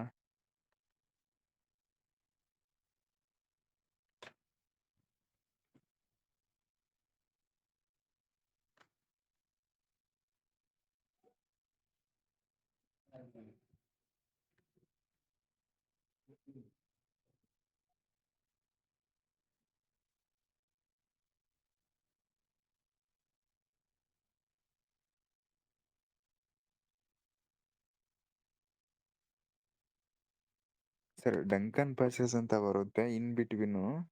ಈ ಅಂಡಮಾನ್ ನಿಕೋಬಾರ್ಗೆ ಸಂಬಂಧಪಟ್ಟಿರ್ತಕ್ಕಂಥದ್ದೇ ಇದು. ನಾನೇನು ಬೇರೆದೆಲ್ಲೂ ಹೇಳ್ತಾ ಇಲ್ಲ.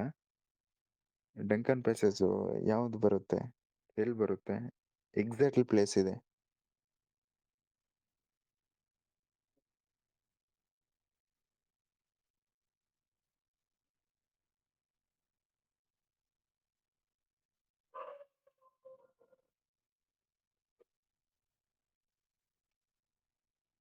ಗೊತ್ತಿಲ್ವಾ?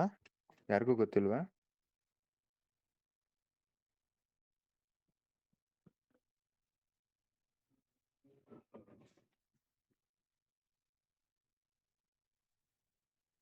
ಸರ್ ಹೇಳಿ ಸರ್ ನೀವು. ಹ್ಮ್ ಹೇಳಿ ಸರ್ ನೀವು. ಈ ಈ ಸೌತ್ ಅಂಡಮಾನು ಲಿಟಲ್ ಅಂಡಮಾನ್ ಅಂತ ಬರುತ್ತೆ, ಓಕೆನಾ. ಈ ಅಂಡಮಾನಲ್ಲಿ ಡುಕಂಗ್ ಪಾಸ್ ಅಂತ ಬರುತ್ತೆ, ಅದು ಸೌತ್ ಅಂಡಮಾನು ಮತ್ತೆ ಲಿಟಲ್ ಅಂಡಮಾನ್ ಅಂತ ಬರುತ್ತೆ. ಇನ್ ಬಿಟ್ವೀನ್ ಅಲ್ಲಿ ಈ ಡುಕಂಗ್ ಪಾಸ್ ಬರುತ್ತೆ. ಸ್ಟೇಟ್ ಆಫ್ ಇಂಡಿಯನ್ ಓಷನ್ ಅಲ್ಲಿ, ಈ ಇಂಡಿಯನ್ ಓಷನ್ ಇದೆ ಅಲ್ವಾ, ಅಲ್ಲಿ ಅಂಡಮಾನ್ ನಿಕೋಬಾರ್ ಬರುತ್ತಲ್ವಾ, ಅಂಡಮಾನ್ ನಿಕೋಬಾರ್ ಅಲ್ಲಿ ಒಂದ್ ಸೆಕೆಂಡ್ ನಿಮ್ಗೆ, ಸಾರಿ ನಿಮ್ಗೆ ಮ್ಯಾಪ್ ಕೊಟ್ಬಿಡ್ತೀನಿ, ಒಂದ್ ಸೆಕೆಂಡ್ ವೇಟ್ ಮಾಡಿ.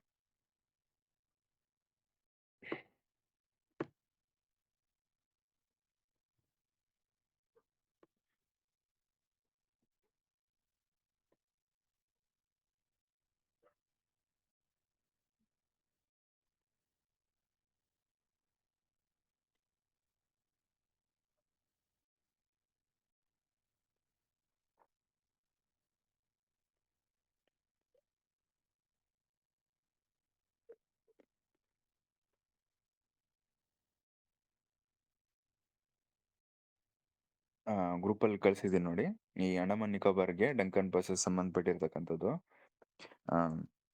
ಐ ಮೀನ್ ಈ ಲಿಟಲ್ ಅಂಡಮಾನು ಮತ್ತೆ ಇನ್ನೊಂದು ಹೇಳಿದ್ನಲ್ಲ ನಾನು, ಲಿಟಲ್ ಅಂಡಮಾನ್ ಮತ್ತೆ ಸೌತ್ ಅಂಡಮಾನ್. ಅಂಡಮಾನ್ ನಿಕೋಬಾರ್ ಅನ್ನೋದೇ ಸಪ್ರೇಟ್, ಓಕೆನಾ. ಅಂಡಮಾನ್ ಮೇಲೆ ಬರುತ್ತೆ, ನಿಕೋಬಾರ್ ಕೆಳಗಡೆ ಬರುತ್ತೆ. ನಾನು ಹೇಳಿದ್ನಲ್ವಾ, ನಿಕೋಬಾರ್ಗೆ ಯಾವ ದೇಶ ನಿಯರ್ ಇದೆ, ಯಾವುದು ಹೆಂಗ್ ಕೇಳಿದಾರೆ ಅಂತಂದ್ರೆ, ಮಾಲ್ಡೀವ್ಸು ಮತ್ತೆ ಮಡಗಾಸ್ಕರ್, ಇಂಡೋನೇಷ್ಯಾ, ಮಲೇಷಿಯಾ ಅಂತ ಆಪ್ಷನ್ ಕೊಟ್ಟಿದ್ದಾರೆ. ನಿಯರ್ ಬೈ ಯಾವ್ದು ನಿಯರೆಸ್ಟ್ ಆಗುತ್ತೆ ನಿಕೋಬಾರ್ಗೆ? ಆನ್ಸರ್ ಮಾಡ್ತೀರಾ ಇದಕ್ಕೆ?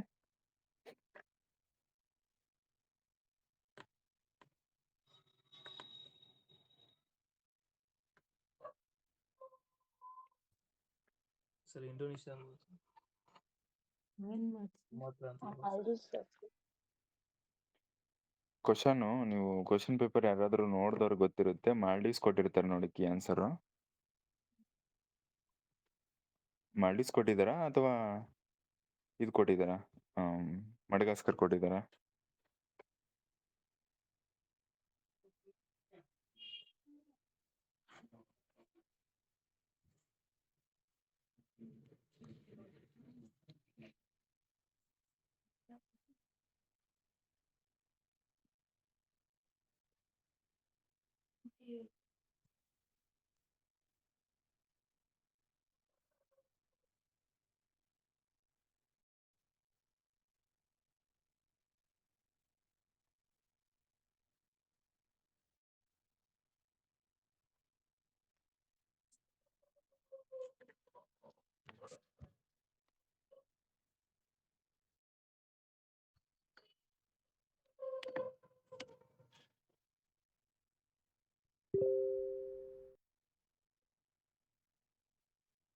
ಹೇಳಿ ಸರ್. ಸರ್ ನಿಕೋಬಾರ್ಗೆ ಇದು ಇಂಡೋನೇಷ್ಯಾ ಹತ್ತಿರವಾದ ದೇಶ ಆಗಿದೆ ಸರ್, ಇಂಡೋನೇಷ್ಯಾ. ಓಕೆ.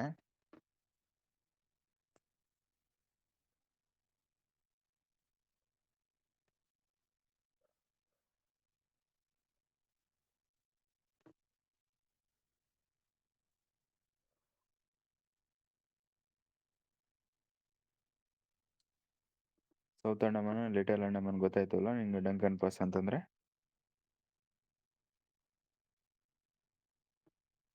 ಇದಕ್ಕೊಂದು ಮ್ಯಾಪ್ ಕೊಡ್ತೀನಿ, ಒಂದು ಸೆಕೆಂಡ್. ಮ್ಯಾಪ್ ಥ್ರೂ ಆದ್ರೆ ಗೊತ್ತಾಗುತ್ತೆ ಎಲ್ಲಿ ಎಕ್ಸಾಕ್ಟ್ಲಿ ಪ್ಲೇಸಲ್ಲಿ ಎಲ್ಲಿ ಬರುತ್ತೆ ಅಂತ ನಿಮಗೆ.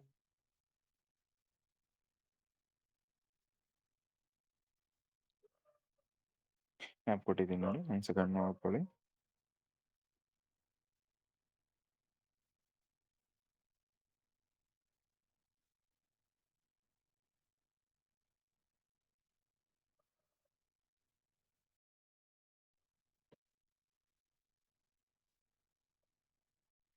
ಈಗ ಬೇಕಾಗಿರೋದೇನು, ನನ್ನ ಕ್ವಶನ್ ಅದು ಕೇಳಿ ಎಲ್ಲೆಲ್ಲೋ ಹೋಗೋದು. ಇದು ಅರ್ಮುದ್ ಜಲಸಂಧಿ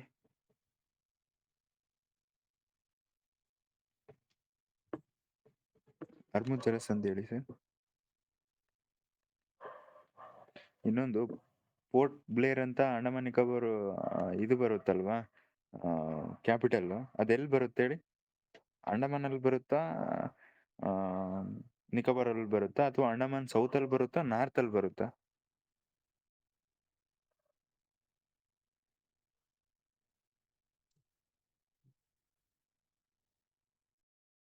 ಸೌತಲ್ಲಿ ಏನಿದೆ sir? Southern and lower Andaman middle ಅದು. ಅಂಡಮಾನಲ್ಲಿ ಪೋರ್ಟ್ ಬ್ಲೇರ್ ಬರುತ್ತೆ ನೋಡಿ, ಸೌತ್ ಅಂಡಮಾನಲ್ಲಿ. ಓಕೆ. ಇನ್ನೊಂದು ಈಗ ರೀಸೆಂಟ್ಲಿ ಅದೊಂದು ನೀಮೂರ್ ಐಸ್ಲ್ಯಾಂಡ್ ಅಂತ ಬರುತ್ತೆ ಬೇ ಆಫ್ ಬೆಂಗಾಲಲ್ಲಿ. ನೀವು ಮೂರ್ ಮೀನ್ಸ್ MOORE ಅಂತ, ನೀವು ಮೂರ್ ದ್ವೀಪ ಅಂತ. ಈ ಗಂಗಾ ಅಂಡ್ ಬ್ರಹ್ಮಪುತ್ರ ಡೆಲ್ಟಾ ಬರುತ್ತಲ್ವಾ, ಬಂಗಾಳ ಕೊಲ್ಲಿಗೆ ಸೇರ್ಬೇಕಾದ್ರೆ ಗಂಗಾ ಅಂಡ್ ಬ್ರಹ್ಮಪುತ್ರ ಡೆಲ್ಟಾ ಬರುತ್ತಲ್ವಾ ಸರ್, ಈ ಈ ಐಸ್ಲ್ಯಾಂಡ್ ಅಲ್ಲಿ ಜನವಸತಿ ಏನು ಇರಲ್ಲ ಇಲ್ಲಿ. ಓಕೆ, ಇದನ್ನ ಇತ್ತೀಚೆಗೆ ಏನಂತಾರೆ ಕಂಡಿಡಿದಾರೆ, ಅಥವಾ ಏನಂತಾರೆ ಎಕ್ಸವೇಷನ್ ಅಂತ ಇಂಗ್ಲಿಷಲ್ಲಿ, ಕನ್ನಡದಲ್ಲಿ ಏನಂತಾರೆ ನೋಡಿ.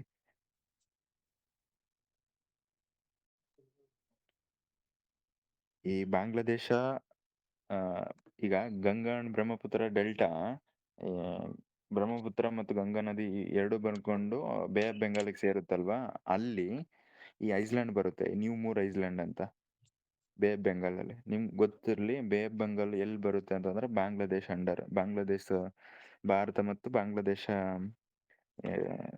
ಇದು ಏನು ಈ ಐಸ್ಲ್ಯಾಂಡ್ ಅಲ್ಲಿ ಜಾಸ್ತಿ ಏನಕ್ಕೆ ಸಂಬಂಧಪಟ್ಟಿರ್ತಕ್ಕ, ಇಲ್ಲಿ ಏನಕ್ಕೆ ಎಕ್ಸವೇಷನ್ ಆಗಿದೆ ಅಂತಂದ್ರೆ, ಇಲ್ಲಿ ತೈಲ ಮತ್ತು ನೈಸರ್ಗಿಕ ಅನಿಲದ ಅಸ್ತಿತ್ವ ಜಾಸ್ತಿ ಇದೆ ಇದರಲ್ಲಿ.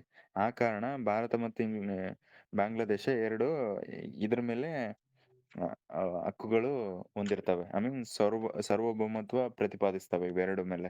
ಈಗ ನಮ್ಗೆ 9 ಡ್ಯಾಶ್ ಲೈನ್ ನಿಮ್ಗೆ ಒಂದ್ಸರಿ ಹೇಳ್ಬೇಕಾದ್ರೆ ಅಲ್ಲಿ ಪಾರ್ಸಲ್ ಐಸ್ಲ್ಯಾಂಡ್ ಹೇಳಿದ್ನಲ್ವಾ, ಅಲ್ಲಿ ಹಿಂಗ ತೈವಾನ್ ಮೇಲೆ ಹೆಂಗ ಸೌತ್ ಚೀನಾದಲ್ಲಿ ಚೀನಾ ಅಟ್ಯಾಕ್ ಮಾಡ್ಕೊಂಡು ಇದ್ ಮಾಡ್ತಿದೆ ಅಂತ ಹೇಳಿದ್ನಲ್ವಾ, ಆ ತರ ಡಿಸ್ಪ್ಯೂಟ್ ಆಗಬಾರ್ದು. ಬಾಂಗ್ಲಾದೇಶ ಮತ್ತು ಭಾರತ ನೈಬರ್ಹುಡ್ಡಿಂಗ್ ಕಂಟ್ರಿ ಇದೆ ಅಲ್ವಾ, ನೈಬರ್ಹುಡ್ ಕಂಟ್ರಿ ಕಡೆ ಸಂಬಂಧಗಳು ಚೆನ್ನಾಗಿ ಇಟ್ಕೋಬೇಕಂತ ಇಬ್ರು ಹಕ್ಕು ಹೊಂದಿರ್ತಾರೆ ಈ ನೀಮೂರ್ ಐಸ್ಲ್ಯಾಂಡ್ ಮೇಲೆ.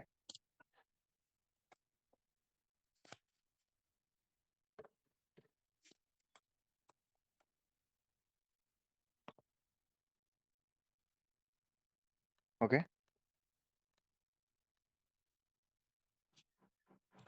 ಸರ್, ಕ್ಲಿಯರಾ? ಹಾಂ ಸರ್. ನಂಗೆ ಈಗ ಅರ್ಮುಜ್ ಜಲಸಂಧಿ ಒಂದು ಹೇಳಿ ಸರ್. ಅರ್ಮುಜ್ ಒಂದು, ಜಿಬ್ಲಾಟರ್ ಒಂದು, ನೀವು ಗೊತ್ತೇ ಇಲ್ವಾ? ನಾನು ಹೇಳಿದ್ದೀನಿ ಸರ್ ಅರ್ಮುಜ್ ಜಲಸಂಧಿ.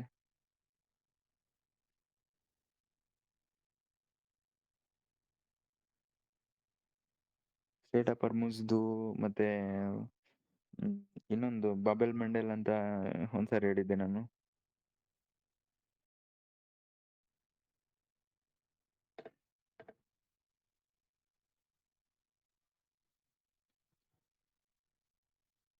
ಓಕೆ, ಪರವಾಗಿಲ್ಲ. ಪರ್ಷಿಯನ್ ಗಲ್ಫ್ ಮತ್ತು ಒಮನ್ ಗಲ್ಫ್ ಮಧ್ಯೆ ಅರ್ಮುಜ್ ಜಲಸಂಧಿ ಬರುತ್ತೆ, ಸ್ಟೇಟ್ ಆಫ್ ಅರ್ಮುಜ್ ಅಂತ. ಪರ್ಷಿಯನ್ ಗಲ್ಫು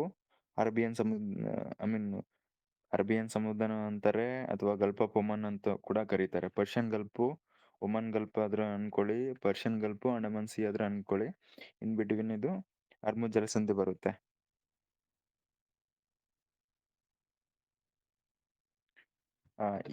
ಅರ್ಮುಜ್ ಜಲಸಂಧಿ ಮತ್ತೆ ಇನ್ನೊಂದು ಬರುತ್ತೆ ಈ ರೆಡ್ ಸಿ ಮತ್ತು ಅರಬಿಯನ್ ಸಿಗೆ.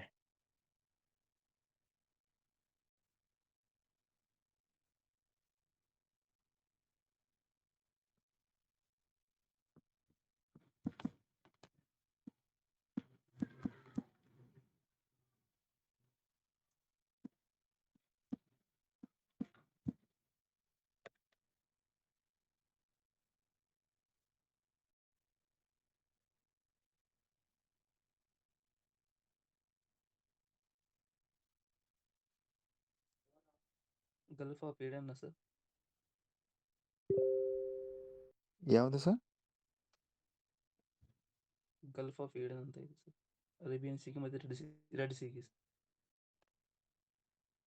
ಗಲ್ಫ್ ಆಫ್ ಎಡನ್ ಅಂತಾರೆ, ಬಾಬಲ್ ಮಂಡೇಲ್ ಅಂತಾನೂ ಕರೀತಾರೆ ಸರ್ ಅದನ್ನ.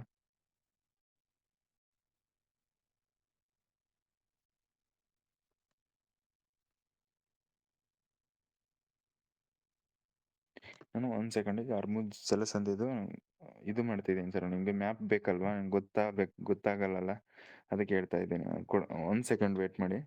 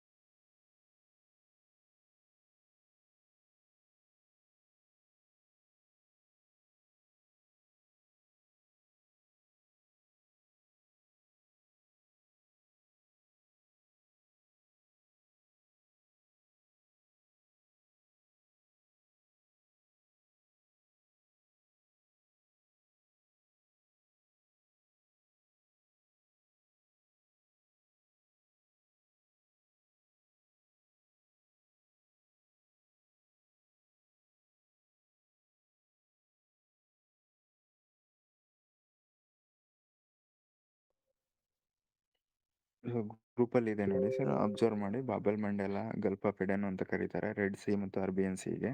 ಸ್ಟೇಟ್ ಆಫ್ ಹರ್ಮುಜ್ ಬಂತಂದ್ರೆ ಪರ್ಷಿಯನ್ ಗಲ್ಫು, ಒಮನ್ ಗಲ್ಫ್ ಅಂತ ಕರೀತಾರೆ. ಇನ್ನೊಂದು ಮಲಾಕಾ ಸ್ಟೇಟ್ ಅಂತ ಹೇಳಿದ್ನಲ್ವಾ,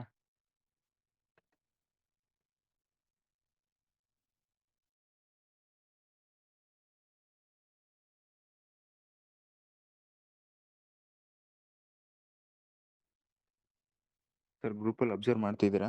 ಒಂದ್ಸರಿ ಮ್ಯಾಪ್ ನೋಡಿ, ನಿಮ್ಗೆ ಗೊತ್ತಾಗುತ್ತೆ. ಈಗ ಸ್ಟೇಟ್ ಆಫ್ ಹರ್ಮುಜ್ ನೋಡ್ಕೊಳ್ಳಿ.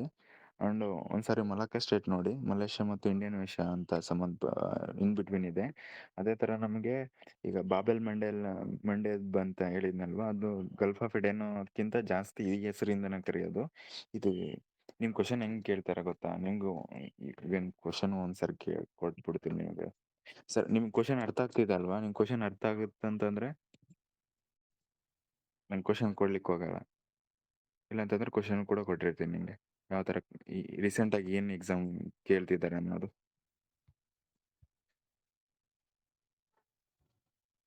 ಸರ್ ಕ್ವಶನ್ ಕೊಡ್ಬೇಕಾ ನಿಮ್ಗೆ? ಈ ಥರ ಕೇಳ್ತಿದ್ದಾರಾ ಇಲ್ಲ ಅಂತ ಗೊತ್ತಾಗಲ್ಲ ಅಂತ? ಕೊಡಿ ಸರ್. ಅದು ನಿಮ್ಗೆ ಗೊತ್ತಾಗುತ್ತೆ ಅಂತಂದ್ರೆ ಓಕೆ ಸರ್, ನನಗೆ ಕ್ವಶನ್ ಹಿಂಗೆ ಕೇಳ್ತಿದ್ದಾರೆ ಅನ್ನೋದು. ಇಲ್ಲ ನಂಗೆ ಗೊತ್ತಾಗಲ್ಲ ಅಂತಂದ್ರೆ ಕೊಡ್ತೀನಿ ಸರ್. ಗೊತ್ತಾಗಿದೆ ಸರ್, ಬಟ್ ಕ್ವಶನ್ ನೋಡಿದ್ರೆ ಇನ್ನೂ ಸ್ವಲ್ಪ ಚೆನ್ನಾಗಿರುತ್ತೆ ಅಂತ. ಓಕೆ, ಈಗ ಸಡನ್ ಆಗಿ ಕ್ವಶನ್ ತೆಗೆದು ಕೊಡೋಷ್ರೊಳಗೆ ಟೈಮ್ ಆಗ್ಬಿಡುತ್ತಲ್ವಾ ನಿಮಗೆ, ಮತ್ತೆ ಇದು ಮಾಡಬಾರ್ದು ಅಂತ. ಜಾಸ್ತಿ ಐ ಮೀನ್ ಇದು ಹೆಂಗೆ ಕೇಳ್ತಾರೆ ಅಂತಂದರೆ, ಮ್ಯಾಚ್ ಆಫ್ ದಿ ಫಾಲೋಯಿಂಗಲ್ಲೇ ಕೇಳಿರ್ತಾರೆ, ಇಲ್ಲ ಅಂತಂದರೆ ಸಪ್ರೇಟಾಗೂ ಕೇಳ್ತಾರೆ. ನಿಮ್ಗೊಂದು example match of the following ಕೊಟ್ಟಿರ್ತೀನಿ. ಓಕೆ, ಬಿಕಾಸ್ ಇದು ಎಲ್ಲನೂ ಕವರ್ ಆಗ್ಬಿಡುತ್ತೆ ಒಂದು ಕ್ವಶನಲ್ಲಿ.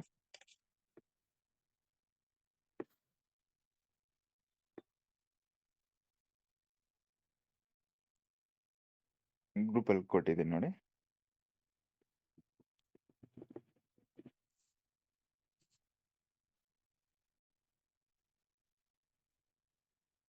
ಪೋಲು ಕೊಡ್ತೀನಿ, 1 ಸೆಕೆಂಡ್ ವೇಟ್ ಮಾಡಿ.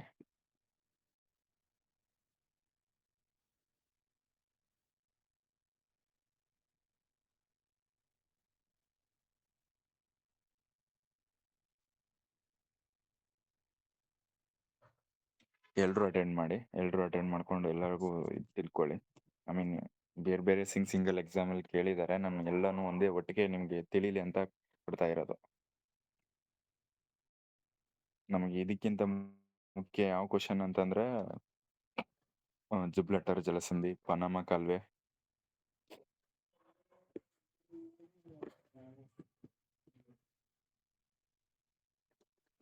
ಜಿಬ್ರಲ್ಟರ್ ಜಲಸಂಧಿ ಎಲ್ಲಿ ಕಂಡು ಬರುತ್ತೆ?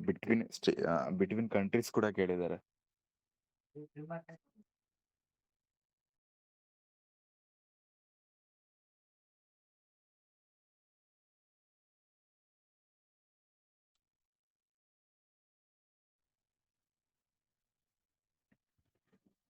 ಸರ್ ಅದು ಆನ್ಸರ್ ಮಾಡಿ ಎಲ್ರು. ಈ ಜಿಬ್ರಲ್ಟರ್ ಜಲಸಂಧಿ ಬಿಟ್ವೀನ್ ಯಾವ, ನಾ ಇದ್ರ ಬಗ್ಗೆ ಹೇಳಿದ್ದೀನಿ, ಅದು ಪರವಾಗಿಲ್ಲ ಹೇಳ್ತೀನಿ, ಇನ್ನೊಂದು ಸರಿ ಆದ್ರೂ ಹೇಳ್ತೀನಿ. ಜಿಬ್ರಲ್ಟರ್ ಜಲಸಂಧಿ ಯಾವ 2 ದೇಶಗಳ ಮಧ್ಯೆ ಕಂಡು ಬರುತ್ತೆ ಅಂತ ಕೇಳಿದ್ದಾರೆ. ಸರ್ ನೀವು ಆಲ್ರೆಡಿ ಎಕ್ಸಾಮ್ಸ್ಗಳೆಲ್ಲ ಭಾಳ ಅಟೆಂಡ್ ಮಾಡಿರ್ತೀರ, ಆದರೂ ಕೂಡ ನಿಮ್ಗೆ ಗೊತ್ತಾಗ್ತಿಲ್ಲ ಅಂತಂದ್ರೆ ಇದಕ್ಕೆ ಆನ್ಸರ್ ಮಾಡ್ಬೋದಾ ನೀವು? ಜಿಬ್ರಲ್ಟರ್ ಜಲಸಂಧಿ ಎಲ್ಲಿ ಕಂಡು ಬರುತ್ತೆ ಅಂತ? ಸರ್ ಇದು ಸ್ಪೇನ್ ಮತ್ತೆ ಮೊರಾಕೊ ದೇಶ. ಈ ಬಿಟ್ವೀನ್ ಓಷನ್ಸ್ ಅಂದ್ರೆ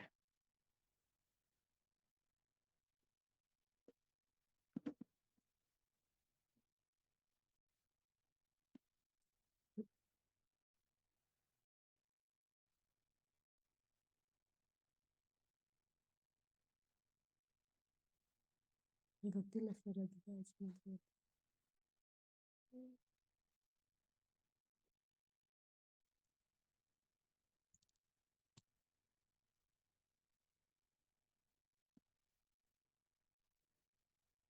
ಕೇಳಿಸ್ತಿದೆ ಸರ್. ಒಂದ್ ಸೆಕೆಂಡ್ ಗ್ರೂಪಲ್ಲಿ ಇದು ಫೋಟೋ ಕಳಿಸ್ತಾ ಇದ್ದೀನಿ. ಒಂದ್ ಸೆಕೆಂಡ್ ಸರ್.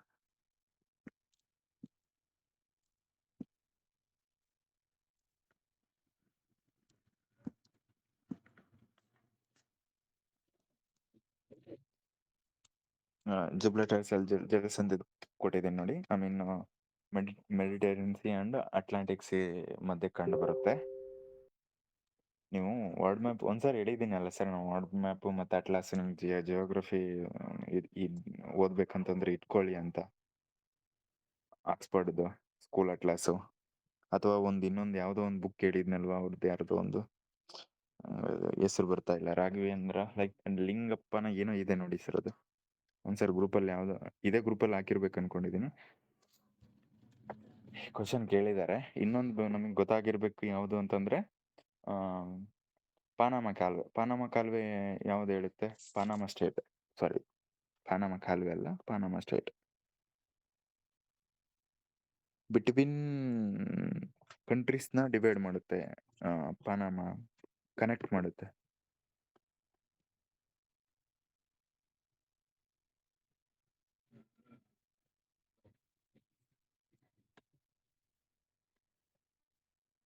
ಅಂಡ್ ಈ ಪಾನಾಮ ಕಾಲುವೆ ಹಿಂಗೂ ಕೇಳಿದ್ದಾರೆ. ಹೆಂಗ್ ಕೇಳಿದಾರೆ ಗೊತ್ತಾ?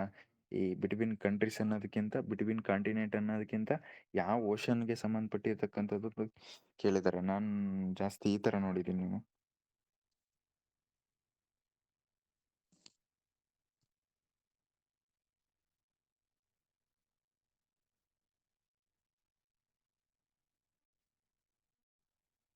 ಇದು ಸೋರ್ಸ್ ಕೂಡ, ಇದು ಕೂಡ ಕಳಿಸಿದ್ದೀನಿ ನೋಡಿ ಗ್ರೂಪಲ್ಲಿ.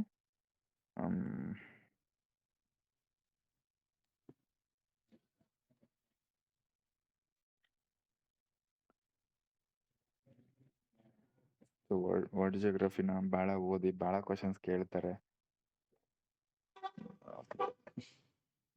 ನಾನು ಎಲ್ಲೋ ಹೇಳಕ್ ಹೋಗಿ ಎಲ್ಲೆಲ್ಲೋ ಹೋಗ್ತಾ ಇದೆ ಇದು. ನನಗೆ ಇರಾನ್ ಬಾರ್ಡರ್ ಕಂಟ್ರೀಸ್ ಹೇಳಿ ಸರ್. ಇರಾನ್ ಈಗ ನ್ಯೂಸಲ್ಲಿದೆ, ಓಕೆನಾ? ಈ ಹರ್ಮುಜ್ ಜಲಸಂಧಿ ಎಲ್ಲೇ ಬರೋದು, ಅದಕ್ಕೋಸ್ಕರ ಒಂದು ಕೇಳ್ತಾ ಹೋದ್ರೆ ಅದು I think Iran border countries ಹೇಳಿ, ಈಗ ಗೊತ್ತಾಗ್ಬಿಡುತ್ತೆ. ನಾವು ಕರೆಂಟ್ ಅಫೇರ್ಸ್ ಅಲ್ಲೂ ಇರೋದು.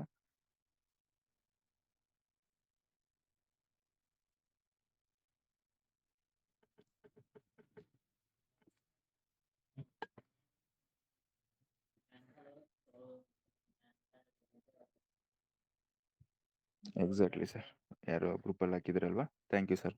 ಅಟ್ಲಾಂಟಿಕ್ ಸಾಗರ ಮತ್ತು ಏನು ಪೆಸಿಫಿಕ್ ಸಾಗರ ಇನ್ ಬಿಟ್ವೀನ್ ಕಂಡು ಬರುತ್ತೆ ಪಾನಾಮ ಕಾಲುವೆ. ಅಂದ್ರೆ ಕಂಟ್ರೀಸ್ ಬಂತಂದ್ರೆ, ಕಾಂಟಿನೆಂಟ್ ಬಂತಂದ್ರೆ ಸೌತ್ ಅಮೆರಿಕಾ, ನಾರ್ತ್ ಅಮೆರಿಕಾ. ನಮಗೆ ಈಗ ಬೇಕಾಗಿರೋದು ಇರಾನ್ ಹೇಳಿ ಸರ್.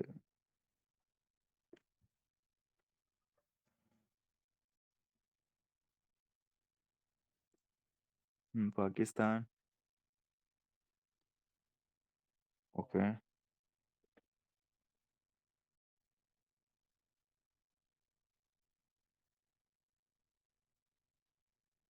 ಓಕೆ.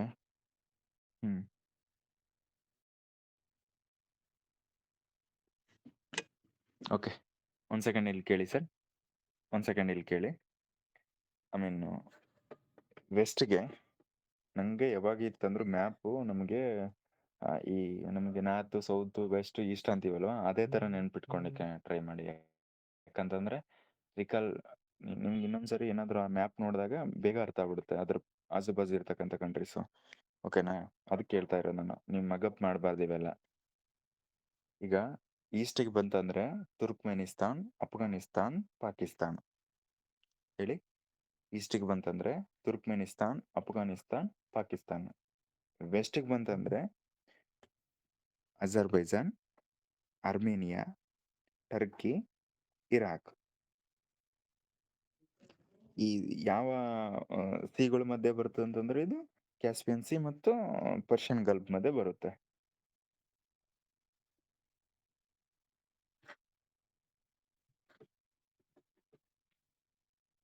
ಈಗ ನಾನು ಈಸ್ಟಿಗೆ ಏನು ಹೇಳಿದೆ?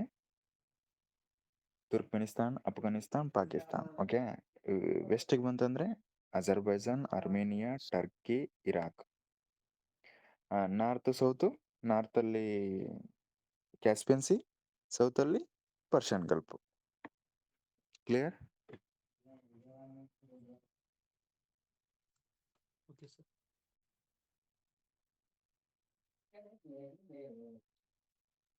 ಗ್ರೂಪಲ್ಲಿ ಒಂದು ಫೋಟೋ ಕಳ್ಸಿರ್ತೀನಿ ನೋಡಿ ಸರ್. ಒಂದು ಯಾರೋ ಹಾಕಿದಾರಲ್ವಾ, ಪರ್ಷಿಯನ್ ಕೊಲ್ಲಿ, ಒಮನ್ ಕೊಲ್ಲಿ, ಕ್ಯಾಸ್ಪಿಯನ್ ಸಮುದ್ರ ಮಧ್ಯೆ ಇದೆ. Okay, Turkey, Iraq, Azerbaijan, Armenia, Turkmenistan, Afghanistan, Pakistan. ಎಕ್ಸ್ ಗುಡ್.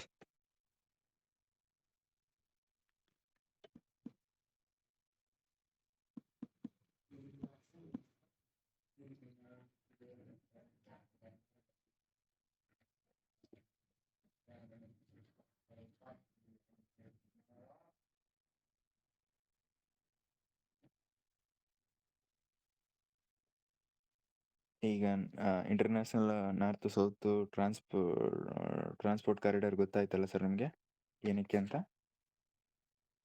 ಇವನ್ ಐಮೆಕ್ ಕೂಡ ನ್ಯೂಸಲ್ಲಿದೆ, ಅದು ಸ್ವಲ್ಪ ನೋಡ್ಕೊಂಡಿರಿ. ಈ ಐಮೆಕ್ ಕಂಟ್ರಿಯಲ್ಲಿ 8 ಕಂಟ್ರೀಸ್ ಬರ್ತವೆ ನೋಡಿ. ಅದು ನಾವು ಈಗ RBNC ಇಂದ ಐಮೆಕ್ ನಾನು ಹೇಳಿದ್ದೀನಿ. ಓಕೆ,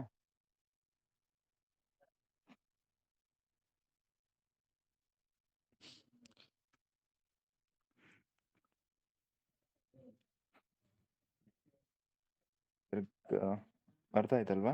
ಇನ್ನೊಂದು ಸರ್ಕ್ರಿಟ್ ಪ್ಲೇಸು ಕೂಡ ಒಂದ್ಸರಿ ಹೇಳಿದ್ದೀನಿ ನಾನು, ಮಾರ್ಷ್ಲ್ಯಾಂಡ್.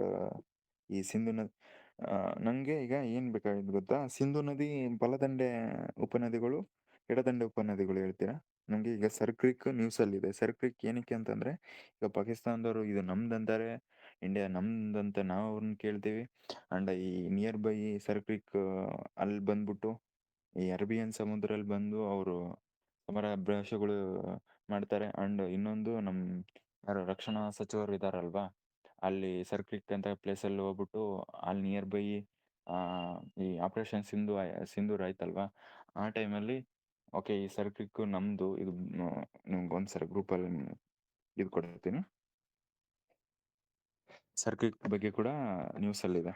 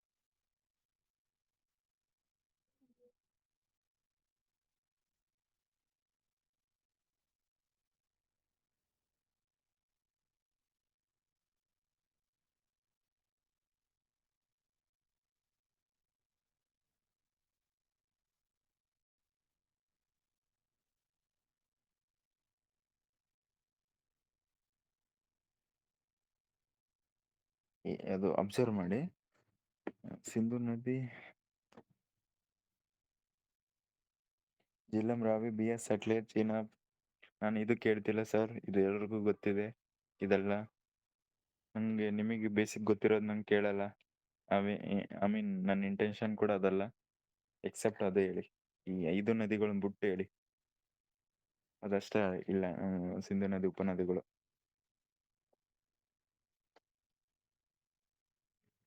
ಇನ್ನೊಂದು ಸಿಂಧು ನದಿ ಟ್ರೀಟಿ ಬರುತ್ತೆ ಇನ್ ಬಿಟ್ವೀನ್. ಸಿಂಧು ನದಿ ಒಪ್ಪಂದ ಯಾವ ದೇಶಗಳ ಮಧ್ಯೆ ಯಾರ ಮಧ್ಯಸ್ಥಿಕೆ ವಹಿಸಿರ್ತಾರೆ ಅಂಡ್ ಯಾವ ಇಯರಲ್ಲಿ ಆಗುತ್ತೆ ಸರ್? ಸ್ವಲ್ಪ ಬೇಗ ಬೇಗ ಹೇಳಿ. ಈಗ ಸರ್ಕ್ರಿಕ್ ಪ್ರದೇಶ ಗೊತ್ತಾಯ್ತಲ್ವಾ? ಈಗ ಬ್ಲೂ ಲೈನ್ ಇರೋದು ನಮ್ದು, ಅವ್ರು ಪಾಕಿಸ್ತಾನದ ಅಂತ ಕರೀತಾರೆ. ರೆಡ್ ಲೈನ್ ಇರೋವರೆಗೂ ನಮ್ದಂತ ನಾವು ಕರಿತೀವಿ. ಇಲ್ಲಿ ಆಪರೇಷನ್ ಸಿಂಧು ಆಗ್ಬೇಕಾದ್ರೆ ಅವ್ರು ಬಂದು ಥ್ರೆಟ್ ಮಾಡ್ಲಿಕ್ಕೆ ನೋಡಿದ್ರು. ಗುಜರಾತಲ್ಲಿ ಬರುತ್ತೆ ಸರ್ಕ್ರಿಕ್ ಅನ್ನೋ ಪ್ರದೇಶ, ಓಕೆನಾ? ಮತ್ತೆ ಇಲ್ಲಿ ಮೀನುಗಾರರು ಏನಾದ್ರು ಹೋದ್ರೆ ಅವ್ರನ್ನೆಲ್ಲ ಸ್ವಲ್ಪ ಲೈಕ್ ಅವ್ರನ್ನ ಕರ್ಕೊಂಡೋಗಿ ಜೈಲಿಗೆ ಹಾಕೋದು ಅಥವಾ ಏನೋ ಥ್ರೆಟ್ ಮಾಡೋದು, ಒಟ್ಟಿನಲ್ಲೇ ಥ್ರೆಟ್ ಮಾಡೋಕ್ಕೆ ಪ್ರಾಬ್ಲಮ್ ಮಾಡ್ತಾ ಇರ್ತಾರೆ. ಅದಕ್ಕೆ ರಕ್ಷಣಾ ಸಚಿವರು ಅಲ್ಲಿ ಹೋಗ್ಬಿಟ್ಟು ಇಲ್ಲಿ ಎಕ್ಸಸೈಸ್ಗಳು, ಐ ಮೀನ್ ಸೌದಿ ಅರೇಬಿಯನ್ ಸಿಯಲ್ಲಿ ನಮ್ಗೆ ಏನೋ ಈಗ ANS ವಿಕ್ರಾಂತ್, ವಿಕ್ರಮಾದಿತ್ಯ, ಹಿಮಾದ್ರಿಗಳು ಇದಾವಲ್ಲ ಅಲ್ಲೆಲ್ಲ ಹೋಗಿ ಪಾರ್ಟಿಸಿಪೇಟ್ ಮಾಡಿ ಓಕೆ ನಮ್ದು ಬಿ ರೆಡಿ ಇದ್ದೀವಿ ನಾವು ವಾರಿಗೆ ಅಂತ ಹೇಳ್ತಾರೆ. ಅದಕ್ಕೆ ನ್ಯೂಸಲ್ಲಿತ್ತು ಸರ್ ಕ್ರೀಕ್ ಅನ್ನೋ ಪ್ರದೇಶ. ಈ ಸರ್ ಕ್ರೀಕ್ ಅನ್ನೋ ಪ್ರದೇಶ ಸಿಂಧು ನದಿ ಬಂದು ಇಲ್ಲಿ ಏನು ಅರೇಬಿಯನ್ ಸಮುದ್ರಕ್ಕೆ ಸೇರುತ್ತೆ. ಈ ಪ್ರದೇಶದ ಇಂದ ಬರುತ್ತೆ. ಅದಕ್ಕೋಸ್ಕರ ಸಿಂಧು ನದಿ ಕೂಡ ನ್ಯೂಸಲ್ಲಿದೆ. ಇದೊಂದು ಮಾರ್ಷ್ ಲ್ಯಾಂಡ್ ಇರುತ್ತೆ.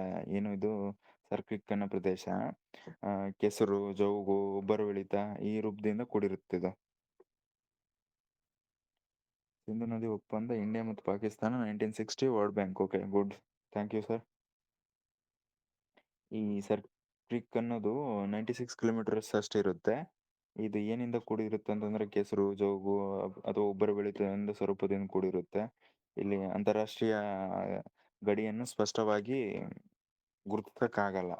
ಯಾಕಂತಂದ್ರೆ ಇದರಲ್ಲಿದೆ, ನೀರಲ್ಲಿದೆ ಅಲ್ವಾ.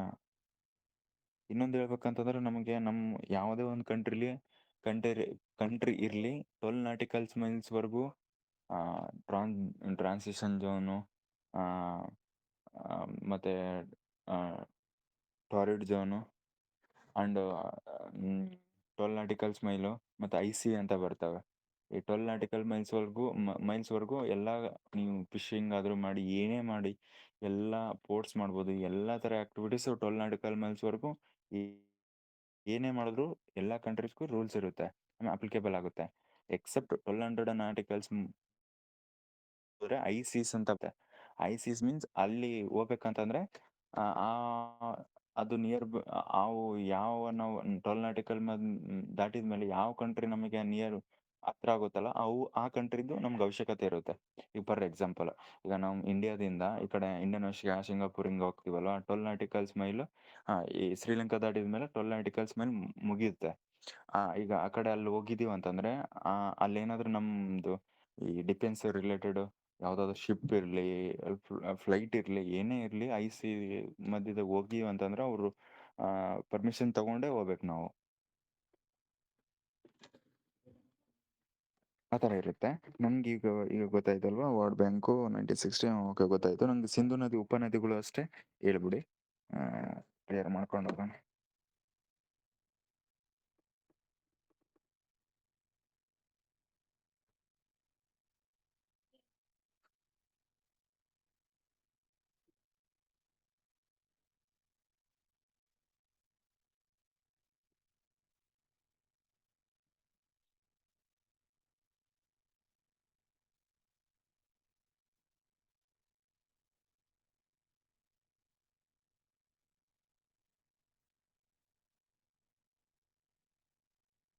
ಸರ್, ನಾನು ಕೇಳ್ತಿರೋದು ಅರ್ಥ ಆಗ್ತಿದೆ ಅಲ್ವಾ ನಿಮಗೆ?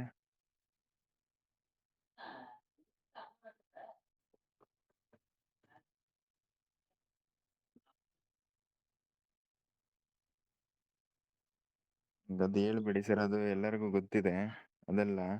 ಈಗ ನಾನೇ ಹೇಳ್ತೀನಿ ನೋಡಿ ಸರ್, ನಿಮ್ಗೆ ಗೊತ್ತಿರಲ್ಲ ಅನ್ಕೊಂಡಿದ್ದೀನಿ. ಇನ್ ಡೀಟೇಲ್ಸ್ ಆಗಿ ನಾನು ಹೇಳಿದ್ದೀನಿ. ಜಿಯೋಗ್ರಫಿ ನೀವು ಓದಬೇಕಾದ್ರೆ ಓದಬೇಕಾದ್ರೆ ಹೇಳಿದ್ದೀನಲ್ಲ ಸರ್ ನಾನು, ಇದಕ್ಕೆ ಸ್ವಲ್ಪ ಫೋಕಸ್ ಮಾಡಿ ಅಂತ.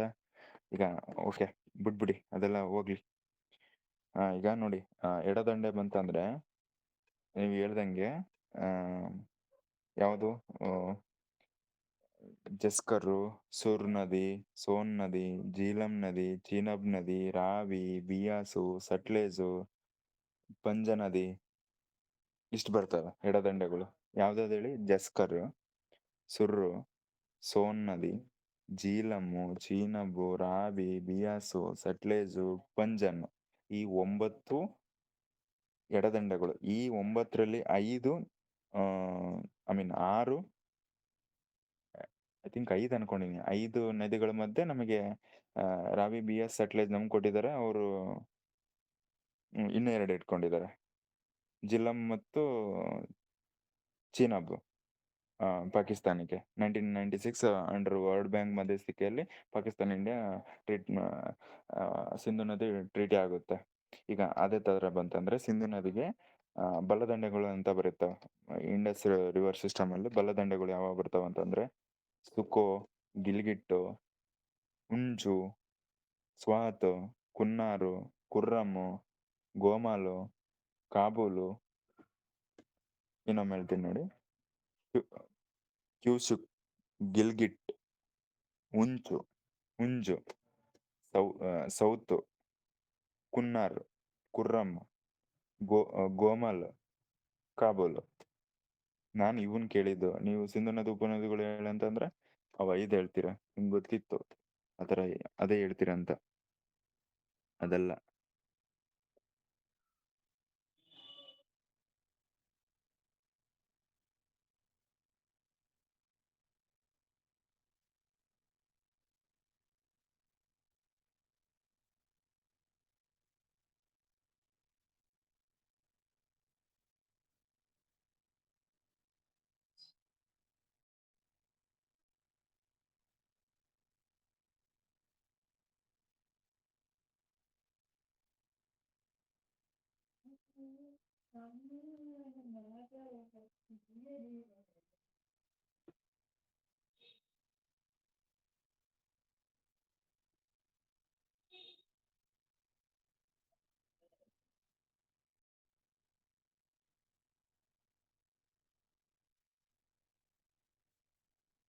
ಈ ಎಕ್ಸ್ಕ್ಲೂಸಿವ್ ಎಕನಾಮಿಕ್ ಝೋನ್ಸ್ ಅಂತ ಬರುತ್ತಲ್ವಾ, ಅದು ಅಪ್ ಟು ನಾನು ಅದನ್ನೇ ಕೇಳಿದ್ದೆ ನಿಮಗೆ.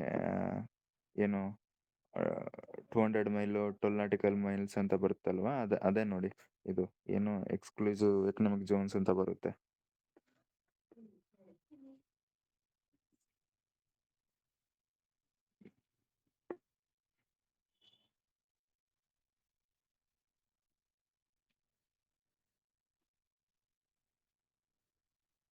ಗ್ರೂಪಲ್ಲಿ ಕೊಟ್ಟಿದ್ದೀನಿ ನೋಡಿ, ಒಂದ್ಸರಿ ನೋಡ್ಕೊಂಬಿಡಿ, ನಿಮ್ಗೆ ಗೊತ್ತಾಗುತ್ತೆ 12 ನಾಟಿಕಲ್ ಮೈಲ್ಸ್ ಎಲ್ಲಿ ಬರುತ್ತೆ, 200 ನಾಟಿಕಲ್ಸ್ ಮೈಲ್ಸ್ ಬರುತ್ತೆ, ICC ಎಲ್ಲಿ ಬರುತ್ತೆ.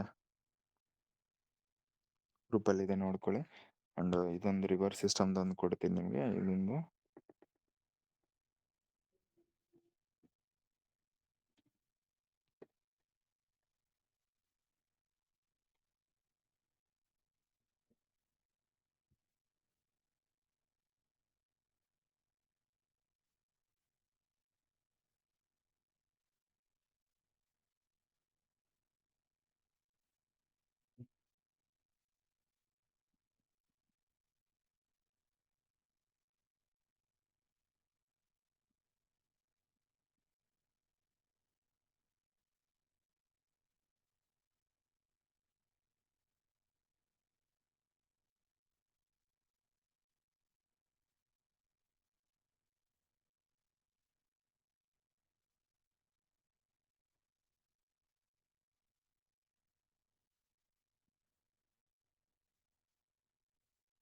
ಗ್ರೂಪಲ್ಲಿ ಕಳ್ಸಿದ್ದೀನಿ ನೋಡಿ. ಮತ್ತೆ ಯಾರಿಗಾದ್ರೆ ಏನು ಕ್ವಶನ್ ಇತ್ತು ಅಂದರೆ ಕೇಳಿ.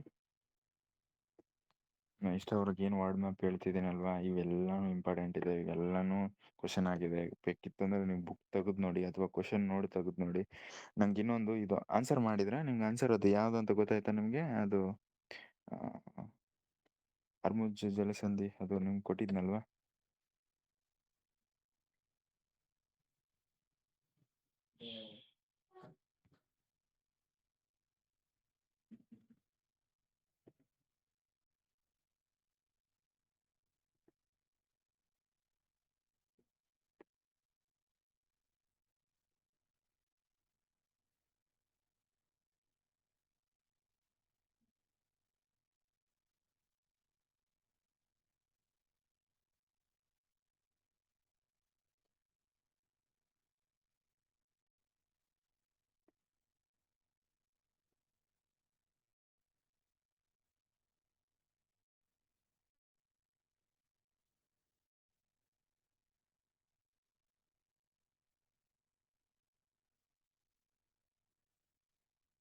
ಇದ್ರ ಬಗ್ಗೆ ಕ್ವಶನ್ ಕೇಳಿಲ್ಲ ಅಂತ ಏನು ತಿಳ್ಕೊಬೇಡಿ ಸರ್. ರೀಸೆಂಟಾಗಿ ಕೂಡ ಕ್ವಶನ್ ಕೇಳಿದ್ದಾರೆ ಸ್ಟೇಟ್ ಸ್ಕೂಲ್ ಬಗ್ಗೆ. ಇದೇ 25 ಎಕ್ಸಾಮಲ್ಲೇ ಕೇಳಿದ್ದಾರೆ.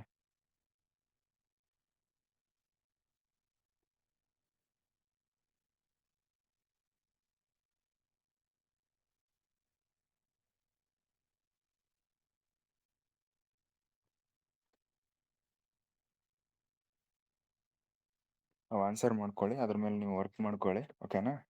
ಐ ಥಿಂಕ್ ಮತ್ತೆ ಯಾರಿಗಾದ್ರೂ ಏನು ಕ್ವಶನ್ ಇತ್ತು ಅಂದರೆ ಕೇಳಿ.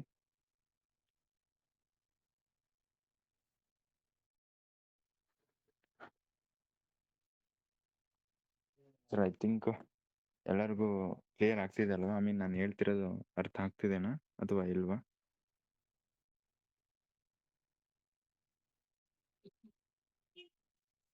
ಹಾ ಸರ್ ಆಗ್ತದೆ.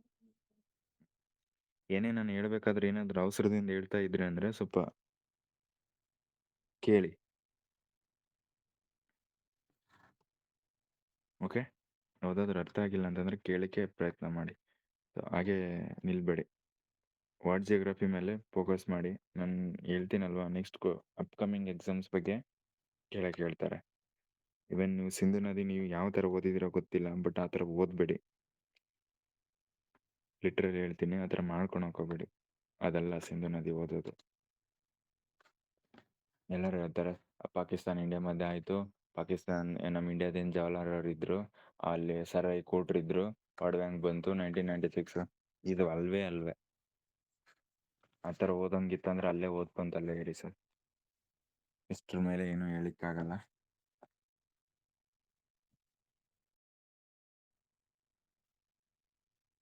ಏನಾದರೂ ಹೇಳ್ತಿದ್ದೀನಿ ಅಂತಂದರೆ ನಿಮ್ಮ ಕನ್ಸನ್ ಮೇಲೆ ನೆಕ್ಸ್ಟ್ ಟೈಮ್ ಆ ತಪ್ಪು ಮಾಡಬಾರ್ದು, ಇನ್ಮೇಲಾದರೂ ಮುಂದೆ ಬರಲಿ ಅನ್ನೋದು ನನ್ನ ಇಂಟೆನ್ಷನ್ ಇರುತ್ತೆ. ಯಾವುದೇ ಕಾರಣಕ್ಕೂ ನಿಮ್ಮನ್ನು ಡಿಮೋಟಿವೇಟ್ ಮಾಡಬೇಕು, ನಿಮ್ಮನ್ನು ಬೈಬೇಕು, ಈ ಥರ ಯಾವುದೇ ಥರ ಇಂಟೆನ್ಷನ್ ಇರಲ್ಲ. ಓಕೆ, ಮತ್ತೆ ಯಾರಿಗಾದ್ರೂ ಏನು ಕ್ವಶನ್ ಇತ್ತು ಅಂದರೆ ಕೇಳಿ ಸರ್.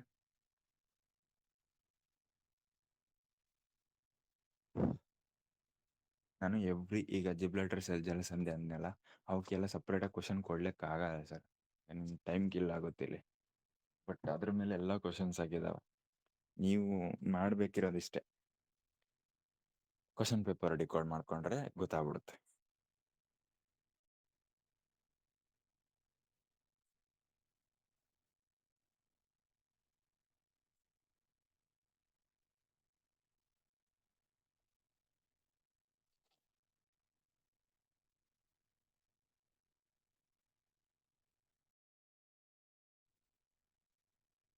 ಯಾರಿಗಾದ್ರೂ ಏನು ಕ್ವಶನ್ ಇತ್ತಂದ್ರೆ ಕೇಳಿ ಸರ್.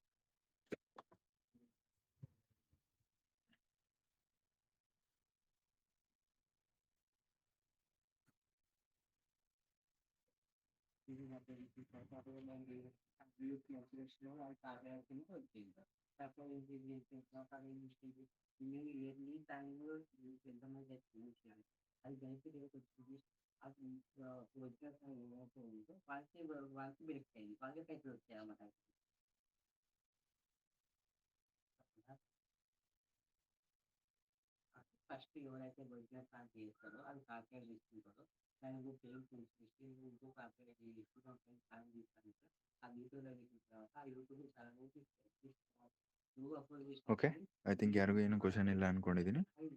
ಓಕೆ, ಮತ್ತೆ ಮಂಡೇ ಸಿಗೋಣ. ಆ್ಯಂಡ್ ಈವನ್ PSI ಏನಾದರೂ PSI ಇದ್ದವರು ನಾಳೆ ಟೆಸ್ಟ್ ಇದೆ ನೋಡಿ. And KE batch state mentorship ಬ್ಯಾಚ್ಗೆ ಯಾರಾದರೂ ಜಾಯ್ನ್ ಆಗೋದಿತ್ತು ಅಂದರೆ ನೋಡಿ, ನಾಳೆ ರಿವಿಷನ್ ಇರುತ್ತೆ. 3 days ಏನಾಗಿದೆ ಟಾರ್ಗೆಟ್ ಅಲ್ಲಿಗೆ ಬಿಟ್ಟಲ್ಲ, ನಾಳೆ ಏನೇ ಇತ್ತಂದ್ರೆ ರಿವಿಷನ್ ಮಾಡ್ಕೊಳ್ಳಿ ಪೆಂಡಿಂಗ್ ಇರೋದನ್ನ. ಮಂಡೆಯಿಂದ ಆ್ಯಸ್ ಯೂಸ್ವಲ್ ಇರುತ್ತೆ. ಓಕೆ, 3 days ಆಯಿತು ಮೆಂಟರ್ಶಿಪ್ ಸ್ಟಾರ್ಟ್ ಆಗಿ, ಎಲ್ಲನೂ ಚೆನ್ನಾಗಿ ನಡೀತಿದೆ. ಆ್ಯಂಡ್ ಒನ್ ಥಿಂಗ್, ಯಾರಾದರೂ ಒಪಿನಿಯನ್ ಹೇಳ್ಬೋದಾ? ಲೈಕ್ ಈ KE ಆ್ಯಂಡ್ ಮೆಂಟರ್ಶಿಪ್ ಬಗ್ಗೆ ಎರಡೂ ಈಗ ನಡೀತಿದೆ ಅಲ್ವಾ, ಎರಡು ಬ್ಯಾಚಲ್ಲಿ ಇದ್ದವರು ಯಾರಾದರೂ ಒಬ್ರು ಹೇಳ್ಬೋದಾ ಇದು ಯಾವ ಥರ ಅಂತ ಸ್ವಲ್ಪ? ಬಿಕಾಸ್ ಯಾರಿಗಾದ್ರೂ ಉಪಯೋಗ ಆಗ್ಬೋದು. ಎರಡು ಕಡೆ ಇರ್ತೀರಲ್ವಾ, ಹೆಂಗಾಗ್ತಿದೆ ನಿಮಗೆ? ಯಾವ ಥರ ಓದ್ತಾ ಇದ್ದೀರಾ?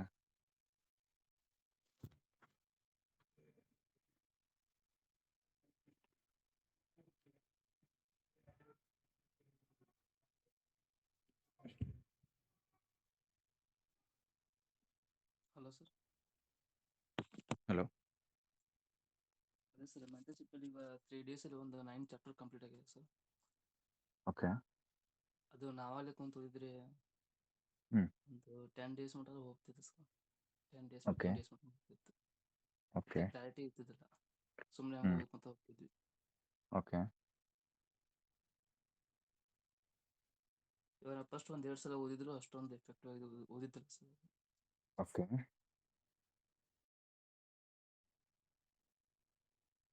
ಫಸ್ಟ್ಲಿ ಕ್ವಶನ್ ಪೇಪರ್ ನೋಡಿರಲ್ಲ ನೀವು ಅಂಡ್ ಸಿನಾಪ್ಸಿಸ್ ಅಂತೂ ಇನ್ನು ಡೌಟು ನೋಡಿರಿ ಸರ್ ಹಂಗೆ ಆ ಸುಮ್ಮನೆ ಟಾಪಿಕ್ ಮೇಲೆ ಇವತ್ತು ಫಂಡಮೆಂಟಲ್ ರೈಟ್ಸ್ ಒಂದೊಂದು ದಿನ 100+ ಕ್ವಶನ್ಸ್ ಇರ್ತವೆ, 100-200+ ಇರ್ತಾವೆ ಒಂದು ಟಾಪಿಕ್ ಮೇಲೆ. ಹೌದಾ?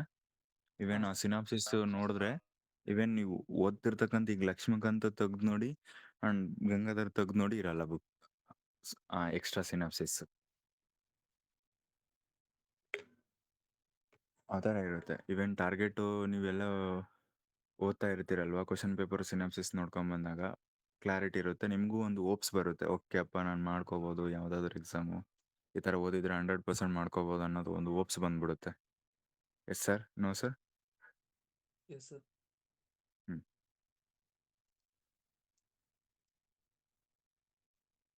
ಹೇಳಿ ಸರ್ ಮತ್ತೆ.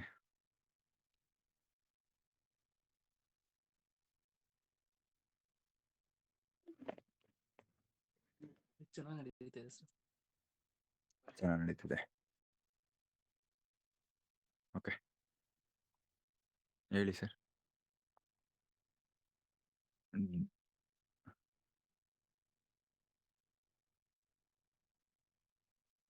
ಆಮೇಲೆ ಡೇ ಎಲ್ಲ ಫುಲ್ ಬ್ಯುಸಿ ಇದ್ದೀರಾ ಅಂತನಾ? ಹ್ಞೂ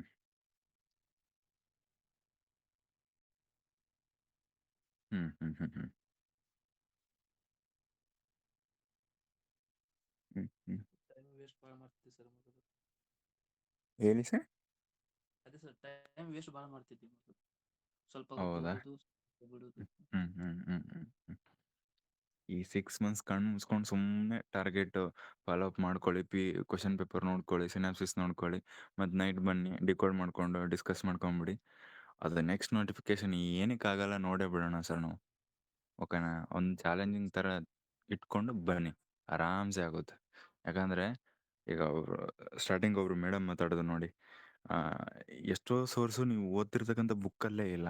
ಈವನ್ ನೀವು ನಿಮಗೆ ರೆಫರ್ ಮಾಡಿರ್ತಕ್ಕಂಥ ಇನ್ಸ್ಟಿಟ್ಯೂಟ್ ಆದರೂ ನಿಮ್ಮ ಯಾರೋ ಸೀನಿಯರು ಫ್ರೆಂಡು ಮತ್ತೊಬ್ಬರು ಹೇಳಿರ್ತಾರಲ್ಲ, ಆ ಬುಕ್ಕಲ್ಲೆಲ್ಲ ಕ್ವಶನ್ಸ್ ಇಲ್ಲ ಸರ್. ಅದಕ್ಕೆ ನಾನು ಸ್ಪೆಸಿಫಿಕ್ಕು ಇಂಥದ್ದೇ ಬುಕ್ ತೊಗೊಳ್ಳಿ ಅನ್ನೋದು. ನಿಮಗೇನೋ ಇಂಗ್ಲೀಷ್ ಮೀಡಿಯಮ್ ಇತ್ತಂದರೆ ಲಕ್ಷ್ಮೀಕಾಂತ್ ಏನಕ್ಕೆ ಹೇಳಿರ್ತೀನಿ ಹೇಳಿ, ಅದು ಎನಫ್ ಇರುತ್ತೆ, ಅಷ್ಟು ನೀಟಾಗಿರುತ್ತೆ.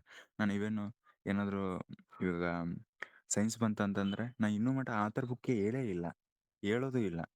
ಆದರೂ ನೀವು ಈಗ 402 ನೋಡಿದ್ವಿ, VAO ಎಕ್ಸಾಮು ನೋಡಿದ್ವಿ, ಅದರಲ್ಲಿ ಯಾವ ಕ್ವಶನ್ಗಾದರೂ ಆನ್ಸರ್ ಮಾಡಲಿಕ್ಕೆ ಏನಾದರೂ ನಿಮ್ಗೆ ಭಯ ಆಗ್ತಿದೆನಾ, ಅಥವಾ ಹಿಂಜರಿತಾ ಇದ್ದೀರಾ ನೀವು? ಇಲ್ವಲ್ಲ?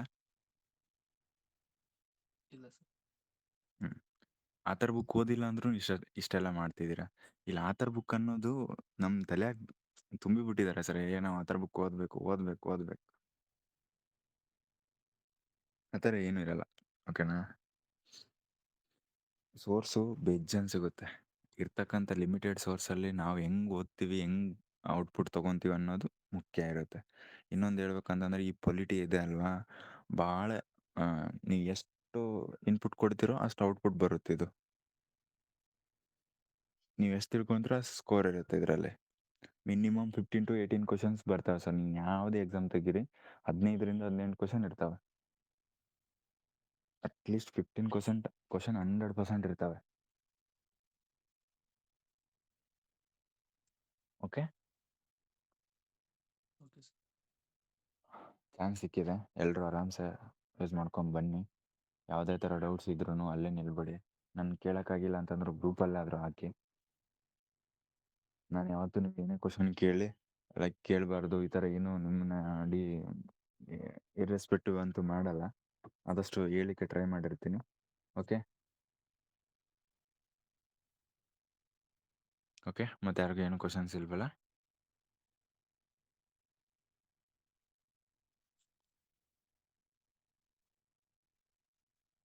Thank you sir. ನಾಳೆ ರಿವಿಷನ್ ಇದೆ, ಮಾಡ್ಕೊಳ್ಳಿ. ಅಂಡ್ ಮಂಡೇ ಸಿಗೋಣ ಮತ್ತೆ. Thank you. Thank you sir. Thank you.